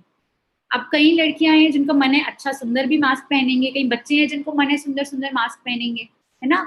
तो वो मास्क उसने अलग तरीके से बनाया, तो प्रॉब्लम सेम थी लेकिन उसने उसका सोल्यूशन अलग तरीके से ढूंढा। तो एक तो वो भी क्रिएटिविटी है। दूसरा, क्रिएटिविटी से आपको एक एक्सप्रेशन मिलता है, आपको अपने मन की बात, अपने भाव को प्रदर्शित करने का मौका मिलता है। ऐसा जरूरी नहीं है कि मैं जो पेंटिंग बनाऊं वो कहीं पे 100 साल बाद किसी म्यूजियम में टंगी हो, बिल्कुल जरूरी नहीं है। वो पेंटिंग चाहे खराब हो लेकिन वो मेरे अंदर के इमोशंस को, मेरे अंदर जो चल रहा है, मेरे अंदर जो एक दुनिया है उसको रिप्रेजेंट करती है। सिमिलरली जब आप कोई कविताएं लिखते हैं, आप छोटी छोटी कहानियां लिखते हैं, वो भी रचनात्मकता है। आप जब खुद से एक तरह से नया फॉर्म ऑफ डांस करते हैं जो आप फ्री फ्लो में कर रहे हैं, वो भी रचनात्मकता है। क्यों? क्योंकि वो आपको एक्सप्रेस करते हैं, आप कौन हो, वो आपको एक्सप्रेशन देते हैं। और जैसा हमने पहले उसमें कहा था, आपको पहचान देते हैं। मेरी पहचान से जोड़ सकते हैं आप इस बात को, वो आपको आप बनाते हैं। तो ये हुआ। तीसरा होता है आप आउट ऑफ द बॉक्स सोच सकते हो। कुछ चीजें होती हैं जिनका एक सेट, एक फंक्शन होता है। ये ग्लास है, इसमें पानी है, इसका एक सेट ही फंक्शन है। क्या इस ग्लास को मैं किसी और वे में भी यूज कर सकती हूँ? ये सोचने वाली बात है। तो ये होता है thinking out of the box, कि मैं एक चीज को जिसका मुझे पता है यही फंक्शन है, उसे किसी और वे में कर सकती हूँ। और आखिर में ये आपको बहुत ज्यादा काम के बदले स्मार्ट काम करना भी सिखाता है कि आप स्मार्ट वर्क कैसे करें। ठीक है, आइए अब हमारा सेशन के हम अंत की ओर बढ़ रहे हैं। इसमें हम जानेंगे कुछ टिप्स एंड ट्रिक्स। तो पहला जो मैं आपसे बोलूंगी, और मुझे हमेशा लगता है बहुत से बच्चे ये बात भी पूछते हैं, रीडिंग। मैम क्या ज्यादा बुक्स पढ़ने से वाकई हम लोग का दिमाग बढ़ता है? तो उसका जवाब बिल्कुल सरल है, हाँ। जितनी आप रीडिंग की हैबिट डालेंगे, जितनी आप आदत, आप कुछ भी पढ़िए, जरूरी नहीं मैं आपसे कह रही कि हमेशा अपनी साइंस, मैथ, सोशल स्टडीज की किताबें, इंग्लिश की किताबें पढ़िए। आप वो किताबें पढ़िए जो आपको अच्छी लगती हैं। भाषा का भी कोई प्रॉब्लम नहीं है, नहीं पढ़ना इंग्लिश में, हिंदी में पढ़िए। आपको और कोई भाषा अच्छी लगती है जो आप जानते हैं, आप उस भाषा में पढ़िए, लेकिन आप पढ़िए। क्योंकि पढ़ने से हमारा जो दिमाग है उसका विकास होता है, हमारी जो नॉलेज है वो बढ़ती है, आपकी जो शब्दावली है, वोकैबुलरी है, उसमें बहुत मुनाफा होता है। और इसके साथ ही साथ आपका जो राइटिंग स्किल है, आपके लिखने के तरीके हैं, वो भी बेहद बढ़ते हैं। तो रीडिंग के मैं कहूंगी 4-5 गुण नहीं है, करोड़ों गुण है। इसमें आपका तनाव भी कम होता है, आपकी एंग्जाइटी कम होती है। अगर आप वाकई ही रीडिंग शुरू करना चाहते हैं, ये हैबिट, तो मेरा ये तरीका रहता है कि जैसे मान लो बहुत दिन से मैं नहीं पढ़ी और मुझे वापस हैबिट डेवलप करनी है, तो मैं अपना एक ठान लेती हूँ कि अच्छा आज रात में हो सकता है, चलो सोने से पहले मैं 20 पेज पढ़ के सोऊंगी। फिर मैं वो 20 पेज से 50 पेज अगले दिन से थोड़ा बढ़ाते बढ़ाते मेरा रीडिंग की जो कैपेसिटी है और जो मेरी ड्यूरेशन है वो दोनों बढ़ जाती है। तो रीड जरूर कीजिए, जितना ज्यादा पढ़ेंगे उतना ज्यादा आपका दिमाग खुलेगा, नए नए विचार आएंगे और आप क्रिएटिव बनेंगे। दूसरा, do things that make you happy. कहते हैं कि जब आपका दिमाग रिलैक्स होता है तब आप सबसे ज्यादा क्रिएटिव हो सकते हैं। तो खुश रहिए, अच्छे मूड में रहिए, उससे आपकी क्रिएटिविटी भी बढ़ती है। तीसरा, डायरी राइटिंग एंड डूडलिंग। अब जो डायरी राइटिंग है, ये मैंने आपको जैसा हमेशा कहा है कि अपने मन के विचारों को एक कॉपी बनाइए और उसमें व्यक्त कीजिए। आप जो अपने आपके कुछ आइडियाज हो सकती है, आपको कुछ नया आइडिया आया हो सकता है इस सिचुएशन में, कोविड में आपको लगता, आपने अपनी कम्युनिटी में कुछ होते हुए देखा, आपको कोई नया आइडिया आया, आप उस पर वर्क करना चाहते, लिखिए उसको। क्या प्रॉब्लम है, लिखने में थोड़ी ना कुछ होगा। लिखिए उसको, देखिए आप उस आइडिया को किस तरह वो आइडिया बनेगा, पनपेगा और आप शायद उस पर अमल भी कर पाए। अब आता है डूडलिंग, वो मैं आपको दिखाऊंगी, मेरे पास पिक्चर है इसकी। इसे डूडलिंग कहते हैं। हो सकता है आपने देखा होगा, आप लोग सब अपनी कॉपी के पीछे, कॉपी के ऊपर हम थोड़ा थोड़ा कुछ डिजाइन बनाते रहते हैं। तो कई बार हमें डांट भी पड़ जाती है जब हम बहुत देर तक ये बना रहे होते हैं और अध्यापिका पढ़ा रही होती हैं। पर ये समझना जरूरी है कि ये भी एक फॉर्म ऑफ क्रिएटिविटी होता है और आजकल इस पे भी बहुत लोग काम कर रहे हैं, डूडलिंग पे। तो अगर आप ऐसा कुछ बनाते हैं तो वो भी रचनात्मकता, सोच को बढ़ावा देता है। दूसरा आता है हमारे पास ये मंडला। ये आप देखेंगे एक सिमेट्रिकल पैटर्न है जो गोलाकार है। तो इसमें आप कलर भी भर सकते हैं और ये बिना कलर के भी बन सकता है। और आप देखेंगे हमारे मेहंदी के डिजाइन, अगर आप यहाँ पे कोई ऐसा है जो मेहंदी लगाता है, तो मेहंदी के डिजाइन में भी बहुत बार हम मंडला यूज करते हैं, और साथ सजावट के सामान में भी बहुत बार मंडला आर्ट यूज किया जाता है, तो इसको मंडला कहते हैं, मंडल कहते हैं इसको। तो ये बनाने से आप आपकी रचनात्मकता तो बढ़ती ही है, इसके अलावा आपका जो तनाव है, जो एक एंजाइटी हमें रहती है बहुत बार, वो कम होता है, और हमारा जो फोकस है वो भी बढ़ता है, क्योंकि आप बहुत ध्यान लगा के ये बनाते हैं, तो आप अपने माइंड को ट्रेन करते हैं ज्यादा से ज्यादा देर ध्यान लगाने के लिए। तो आप ये भी ट्राई कर सकते हैं। एक और आता है, उसको हम ज़ेंटैंगल बोलते हैं। ये थोड़ा मजेदार रहता है। इसमें ना आप एक चौरस बनाते हैं, एक स्क्वायर बनाते हैं। यूजुअली कभी हम 6 बाय 6 इंच का बनाते हैं, कभी हम 3 बाय 3 इंच का, वो आपके ऊपर भी डिपेंड करता है, आप जैसे भी चाहें। इसमें ये रहता है कि आपको पैटर्न्स बनाने होते हैं, ठीक है। हो सकता है बहुत से लोग इसको देख के बोले कि अरे मैम ये तो हम ऑलरेडी बना रहे हैं, ऐसा भी हो सकता है। इसमें क्या रहता है, इसमें हम रंग नहीं भरते, इसमें हम सिर्फ एक काली स्याही वाला पेन या एक पेंसिल का इस्तेमाल करते हैं, और ऐसे पैटर्न बनाते हैं जो पैटर्न एक्चुअली में कोई चीज नहीं होते। तो हम मोर वगैरह नहीं बनाते, हम इसमें पैटर्न्स बनाते हैं। जैसे ये पैटर्न बना हुआ है ना, जैसे ये है रजाई की तरह पैटर्न है, ये गोलाकार पैटर्न है, शंख की शेप में है, तो हम इस प्रकार के पैटर्न बनाते हैं इसमें। इसको हम ज़ेंटैंगल बोलते हैं। आइए वापस आते हैं। अब चौथा, ये है माइंड मैपिंग। आपको याद है मैंने अभी आपको प्रोक्रेस्टिनेशन, टाल मटोल का एक ऐसे गोलाकार एक डायग्राम दिखाया था, तो वो भी माइंड मैप है। और ये एक माइंड मैप मेरे पास और भी है। इस प्रकार से जब आप कोई बहुत मुश्किल चीज पढ़ रहे हो तब भी ये माइंड मैप काम आता है, क्योंकि इसमें हम क्या करते हैं, जो एक सेंट्रल विषय होता है उसको हम मध्य में लिखते हैं, और उसके आसपास जितनी इंफॉर्मेशन है उसको शाखाओं की तरह जोड़ते हैं, और फिर वो एक मैप की तरह बन जाता है कि अच्छा अगर ऐसा है तो ऐसे होगा, ऐसा है तो ऐसे होगा। जैसे हम फ्लो डायग्राम भी बनाते हैं, आपने देखा होगा बहुत बार आपकी किताबों में भी फ्लो चार्ट बना होता है। पहले एक सेंट्रल विषय होता है और उसकी शाखाएं बनी होती हैं, जहाँ पे डिफरेंट डिफरेंट इंफॉर्मेशन को वो लोग साथ में जोड़ते हैं। तो आप इस प्रकार भी थोड़े और रचनात्मक हो सकते हैं ये चीज बना के। इसके बाद आता है फाइंड योर हैप्पी स्पॉट या टाइम। तो जैसा मैंने आपको कहा, हमारे हर एक के जीवन में, घर में, हम जहाँ भी पढ़ाई करते हैं, एक ऐसी जगह होती है जहाँ पे हमें ज्यादा अच्छे आइडियाज आते हैं। कई लोगों को ज्यादा अच्छे आइडिया नहाते हुए शावर में भी आते हैं। कई लोगों को ज्यादा अच्छा आइडिया हो सकता है बैल्कनी में बैठ के, या बाहर कहीं वेड़े में बैठ के, या कहीं कोई गार्डन है उधर बैठ के आते हो। अब थोड़ा ध्यान रखिएगा क्योंकि लॉकडाउन है, तो आप अपनी जगह के अनुसार कितना बाहर निकल सकते हैं, वहाँ क्या रूल्स है वो ध्यान रखिए। पर अदरवाइज एक ऐसी जगह ढूंढिए जहाँ पे आपको बड़े सारे आइडिया आते हैं। और एक ऐसा वक्त भी होता है जब आपको ज्यादा आइडिया है। जैसे कई बार कुछ लोगों को आपने देखा होगा सोते टाइम, जब वो नींद में जाने वाले होते हैं तो उनको बड़े अच्छे आइडियाज आते हैं। कई लोगों को उठ के सुबह बहुत अच्छे आइडिया आते हैं। तो वो चीज ढूंढिए, पता करिए आपको आइडिया कब आती है। एक छोटी सी डायरी, चाहे हैंडी, एक कागज ही मोड़ के रख लीजिए अपने पास, जब आइडिया आए तो उस पर लिख दीजिए फटाफट, चाहे सोने के पहले गंदी राइटिंग में लिखिए। तो इससे क्या होगा, आपकी जो रचनात्मक आइडियाज हैं, कई बार होता है हम थोड़ी देर के बाद भूल जाते हैं, तो वो आप भूलोगे नहीं, आपको याद रहेंगे और आप उन पर वर्क कर सकते हैं। और आखिरी और सबसे जरूरी जो मैं बताना चाहूंगी वो है बी क्यूरियस। क्यूरियस यानी कि रुचि बढ़ाइए अपनी, हमेशा किसी ना किसी चीज की खोज में रहिए। ये मत सोचो हमें सब आता है, हमें कुछ नहीं आता। और पूरे जीवन में आपसे कहूँ, इवन मनोवैज्ञानिक होने के नाते भी मैं बोलूंगी, मुझे लगता है मेरा पूरा जीवन, हर रोज मुझे लगता है मैं कुछ नया सीख रही हूँ, हर रोज मैं कुछ नया समझ रही हूँ। और आपके साथ भी ऐसे ही होना चाहिए। डिफरेंट लोगों से मिलिए, नए नए पर्सपेक्टिव आएंगे। याद है मेरी पहचान में भी यही बात करी थी कि और लोगों से मिलिए और जानिए, एक्सप्लोर कीजिए। और इसी के साथ साथ मैं आपके साथ अभी कुछ लिंक्स यहाँ यूट्यूब कमेंट पे भी शेयर करेंगे, जिसमें आपको ये बताया जा रहा है कि क्योंकि अभी हमारे पास ज्यादा वक्त है, तो हम ज्यादा से ज्यादा एक्सपीरियंसेस ले सकते हैं, और ज्यादा नॉवल एक्सपीरियंसेस, नए नए एक्सपीरियंसेस। जैसे कि मैं उदाहरण दूंगी, गूगल पे एक आजकल आर्ट्स एंड कल्चर की जो इनकी वेबसाइट है, वहां पे आप जाके म्यूजियम्स का, जो विश्व के बड़े प्रसिद्ध म्यूजियम्स हैं, जैसे लूवरे पेरिस में है और बड़े सारे म्यूजियम्स हैं, उनके आप टूर कर सकते हैं। तो आप जब ऐसा, उन्होंने इतना सुंदर बना रखा है, आप अंदर, आपको लगेगा कि आप वाकई वहां पे अंदर घुस रहे हैं, पूरा म्यूजियम आपको 3D में दिख रहा है। इसके अलावा एक और वेबसाइट है explore.org करके, जहाँ पे आप जितने जानवर हैं उनको उनके नेचुरल हैबिटेट में देख सकते हैं। यानी कि कोई खा रहा होगा, और बड़ा अच्छा लगता है। उस दिन मैं बेबी पांडास को देख रही थी वहां बैठ के, तो मुझे बड़ा मजा आया उन्हें देख के कि वो अपना कुछ पत्ते तोड़ के कुछ खा रहे थे दोनों बैठ के, बड़े क्यूट लग रहे थे। तो आप ऐसा कुछ देखिए, आपको नई नई चीजें पता चलेंगी। और इन लिंक्स में और भी बहुत से लिंक्स हैं, नासा के, अपनी धरती को देखने के लिंक्स हैं, मून पे कैसा दिख रहा है इस वक्त, जो सैटेलाइट लगाई है उन सबके कैमराज हैं और वो लाइव चल रहे हैं। तो ये सारे एक्सपीरियंसेस आप लीजिए, आपकी जिनमें रुचि है, और आपका दिमाग बहुत ज्यादा विकसित होगा, खुलेगा, और आप और ज्यादा रचनात्मक बनेंगे। और जैसा मैंने कहा, ध्यान रखिएगा, हम सब रचनात्मक हैं अपने अपने तरीके में।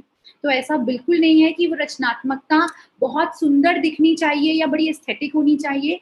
वो रचनात्मकता से आपको खुशी मिलनी चाहिए, आपकी जो अंदर की दुनिया है वो बाहर आनी चाहिए, आपके विचार व्यक्त होने चाहिए, वो ज्यादा जरूरी है। ठीक है, तो ये मैंने आपसे दिखाया। अब ये आते हैं जो मैंने आपसे प्रश्न पूछा था, पजल दिया था, ये है उसका सवाल, ये आपकी पजल का सवाल है। तो आप देखेंगे कि यहाँ थोड़ी हमने out of the box thinking करी है। हो सकता है आप सभी इसको इस प्रकार बना रहे हो जहाँ मैं एरो ले रही हूँ, या आप इसको ऐसे बनाने की कोशिश कर रहे हो, पर इसका सही उत्तर ये है कि हम इस 9 डॉट्स के बाहर भी जा सकते हैं। यही ऐसी चीज है जो हमने नहीं सोची, हम हमेशा 9 डॉट्स के अंदर ही घूमते रहते हैं, इसीलिए कई बार हमें सवाल का उत्तर नहीं मिल पाता। अब अंत में आते हैं हमारे बूझो तो जाने पे। इस बार आपको ये गेस करना है कि ये व्यक्ति कौन है, और आपको तुरंत आंसर करना है। और मैं अंकित जी से बाद में रिक्वेस्ट भी करूंगी कि पहले 5 जो बच्चे सही आंसर दे पाए उनके बारे में उनका नाम बताएं। तो ये एक साधारण लड़की है जिसकी रुचि बॉक्सिंग में थी। उत्साह और लगन देखकर कोच ने इन्हें अपना शिष्य बना लिया। अपने पिता के सहारे के बिना ही ये मेहनत कर अपने लक्ष्य पर टिकी रही और राष्ट्रीय स्तर की प्रतियोगिता जीती। अपने जीवन साथी से शादी कर अपने सपने को त्यागा, पर इन्हें जल्दी एहसास हो गया और इन्होंने दोबारा शुरुआत की। पारिवारिक जीवन में अपने सपने को साथ संजोने के लिए कड़ी मेहनत करी और बहुत चुनौतियों का सामना किया, और समय के सदुपयोग और संकल्प के साथ दोबारा राष्ट्रीय चैंपियन बनी और पूरे विश्व में कहलाई मैग्निफिसेंट। तो आप बताइए ये कौन है? मैं जानती हूँ कि आप बहुत से लोग अभी तक बता चुके होंगे कि ये कौन है, और इनके जीवन से मैं बोलूंगी हमें जरूर ये सीखने को मिलता है कि किस प्रकार हमें दृढ़ निश्चय को हमेशा पकड़े रखना चाहिए, हमें कभी नहीं छोड़ना चाहिए। और मुश्किलें कितनी भी बड़ी बाधाएं आ जाएं वो आपको नहीं रोक सकती अगर आप में दृढ़ निश्चय है। ये जितनी भी आपको मैंने आज टेक्निक्स बताई हैं, ये सभी टेक्निक्स का जो बेसिस है ना, इसके नीचे की जो फाउंडेशन है वो आपका दृढ़ निश्चय है। आप ये सारी टेक्निक्स कर पाएंगे और इनको बड़े अच्छे से आप अपने रोजमर्रा की जिंदगी में इस्तेमाल कर पाएंगे, यदि आप ये याद रखें कि आपका जो दृढ़ निश्चय है वो अच्छा होना चाहिए। और इसी के साथ सेशन एंड करते हुए मैं आपको ये मैसेज देना चाहती हूँ कि who you are tomorrow begins with what you do today। आप कल क्या बनेंगे, आप कल क्या होंगे, उसकी शुरुआत आज से होती है। तो आज ही से अपने लक्ष्य के बारे में सोचिए, उस पर वर्क करना शुरू कीजिए ताकि आप कल उसको हासिल कर पाए। मेरी तरफ धन्यवाद से आकांक्षा जी, बहुत ही अच्छा सेशन लगा मुझे। और काफी अपने अच्छी बात बताई कि इंटरेस्टिंग बात बताई, out of the box. Call तो मैंने भी कर लिया था, पर मैंने 4 रेखाओं के साथ किया था, तो मैं बड़ा तो ईगरली वेट करता है क्या सॉल्यूशन आएगा। तो आई थिंक काफी अच्छी आपने थोड़ा बताया। लंबा साथ में हो गया बताना बल्कि, चाहूंगा, इसमें थोड़ा ज्यादा टेक्निक्स वगैरह हैं तो थोड़ा सा लंबा गया, पर मैं आशा करती हूँ बच्चों को पसंद आया होगा और इन्होंने कुछ जरूर सीखा होगा इसमें से। आई थिंक बच्चों को काफी पसंद आया और बच्चों ने काफी एक्टिवली पार्टिसिपेट भी किया है। तो जो आंसर है उसका डेफिनेटली आंसर है मैरी कॉम। और बच्चों ने जो इसका आंसर बताया है वो सही आंसर बताया है। मेधावी ने, उज्ज्वला ने, नजीमा ने, हम्म, कनक ने और हम्म, आशु कुमारी ने। हम्म, तो ये 5 बच्चों को मैं बहुत बहुत बधाई देता हूँ कि आपने बहुत जल्दी क्विकली उसे परखा और आंसर बता दिया। सो काफी अच्छी बात है। हम्म, बच्चों के देखिए ज्यादातर डाउट जो हैं वो ऑलरेडी हम लोग आज कवर कर चुके हैं सेशन के अंदर।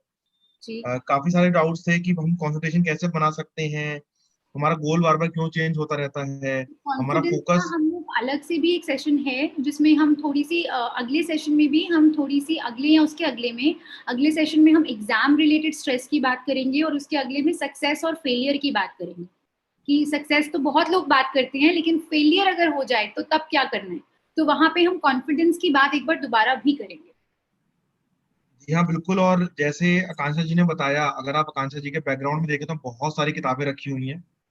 तो डेफिनेटली किताब पढ़ने से बहुत ज्यादा फर्क पड़ता है, तो उसे जरूर करिए। जैसे उन्होंने बताया है, ये जरूर किताब पढ़िए। और साथ में मैं बताना चाहूंगा कि हमारा एक हेल्पलाइन नंबर है जो हमने आप लोगों के लिए लॉन्च किया है। ये सुबह 10 बजे से रात को 8 बजे तक ऑन रहता है आपके लिए, फ्रॉम मंडे टू संडे, हफ्ते में 7 दिन ये ओपन रहता है। तो ये नंबर मैं दोबारा बताना चाहूंगा, नंबर है 011-4084-5167। इस हेल्पलाइन नंबर पे आप कॉल कर सकते हैं और निःशुल्क, free of cost counselling, personal counselling आप प्राप्त कर सकते हैं। जैसे बताया कि एग्जाम का रिजल्ट आने वाला है, बहुत सारे बच्चे शायद ये भी एंटिसिपेशन में है जो क्लास 12th के हैं, स्पेशली यहाँ पे 10th के हैं, कॉलेज फाइनल ईयर में है कि अब हमारा क्या होगा नेक्स्ट, क्योंकि शायद रिजल्ट नहीं आ रहा है। सो आप लोग डरिए नहीं, क्योंकि उसके लिए हम लोग बात करने जा रहे हैं कि हर एक प्रॉब्लम का कोई ना कोई सोल्यूशन होता है। तो उसके बारे में हम डेफिनेटली अगले सप्ताह शुक्रवार 5 बजे, 5 जून को इसके बारे में बात करेंगे। तो उसको जरूर अटेंड करिएगा आप लोग। अगले सप्ताह हमारा सोमवार को सेशन होने वाला है करियर क्लास के अंदर, कि हॉस्पिटैलिटी सेक्टर में अपना करियर कैसे बना सकते हैं, जिसका हम नाम दे रहे हैं करियर एज अ शेफ। उसके अंदर पूरा हम सिर्फ शेफ के बारे में नहीं बल्कि हॉस्पिटैलिटी सेक्टर के बारे में भी काफी सारी बातें करेंगे। हाँ, ये जो हमारे साथ स्पीकर आ रहे हैं, उनका नाम मिस्टर अभिजीत है, वो मास्टर शेफ में एज अ गेस्ट जज भी रह चुके हैं और डिफरेंट डिफरेंट लेवल्स पे इंडिया को रिप्रेजेंट कर चुके हैं। एक बहुत सक्सेसफुल एंटरप्रेन्योर भी हैं, जो हॉस्पिटैलिटी सेक्टर में अपना अच्छा खासा नाम जमा चुके हैं। तो आपको उनको सुनकर बड़ा अच्छा लगेगा। वेडनेसडे को हम लोग सेशन कर रहे हैं, स्पेशली कोविड को लेकर मैं बता देना चाहता हूँ कि बच्चों को लगता है कि जॉब कैसे ढूंढे, कौन सी जॉब करें, क्या कर सकते हैं, क्या नहीं कर सकते। तो एक स्पेशल सेशन हम लोग रख रहे हैं जॉब सर्च के ऊपर, कि आप लोग जॉब कैसे प्राप्त कर सकते हैं। तो इस जॉब प्राप्त से आपको हेल्प होगा डेफिनेटली। और थर्ड सेशन, जैसे मैंने आपको बताया कि एग्जाम्स से रिलेटेड जो भी प्रेशर है, उसको हम लोग कैसे टैकल करके अपने आप को अ, अपने लक्ष्य तक पहुंच सकते हैं, उसके बारे में हम लोग डेफिनेटली बात करेंगे। सो इसके साथ ही मैं सबका धन्यवाद देना चाहूंगा। मैं सारे दर्शकों को आया जो हमारे चैनल पे आए उनको धन्यवाद देना चाहूंगा। राज करियर पोर्टल से आए हुए सारे हमारे पार्टिसिपेंट्स का मैं धन्यवाद देना चाहूंगा। मैं यही आशा करूंगा कि आप लोग स्वस्थ हैं, सुरक्षित हैं। मैं एक बार यूनिसेफ इंडिया और युवा का मैं धन्यवाद करना चाहूंगा कि उन्होंने ये सीरीज बच्चों के लिए लाई है, जिससे नॉट सिर्फ बच्चे बल्कि सारे यूथ जो है उनके लिए ये सीरीज लेके आए हैं, जिससे वो लोग आगे अपने बारे में और चीजें जान सकते हैं और इन सीरीज का लाभ उठा सकते हैं। धन्यवाद।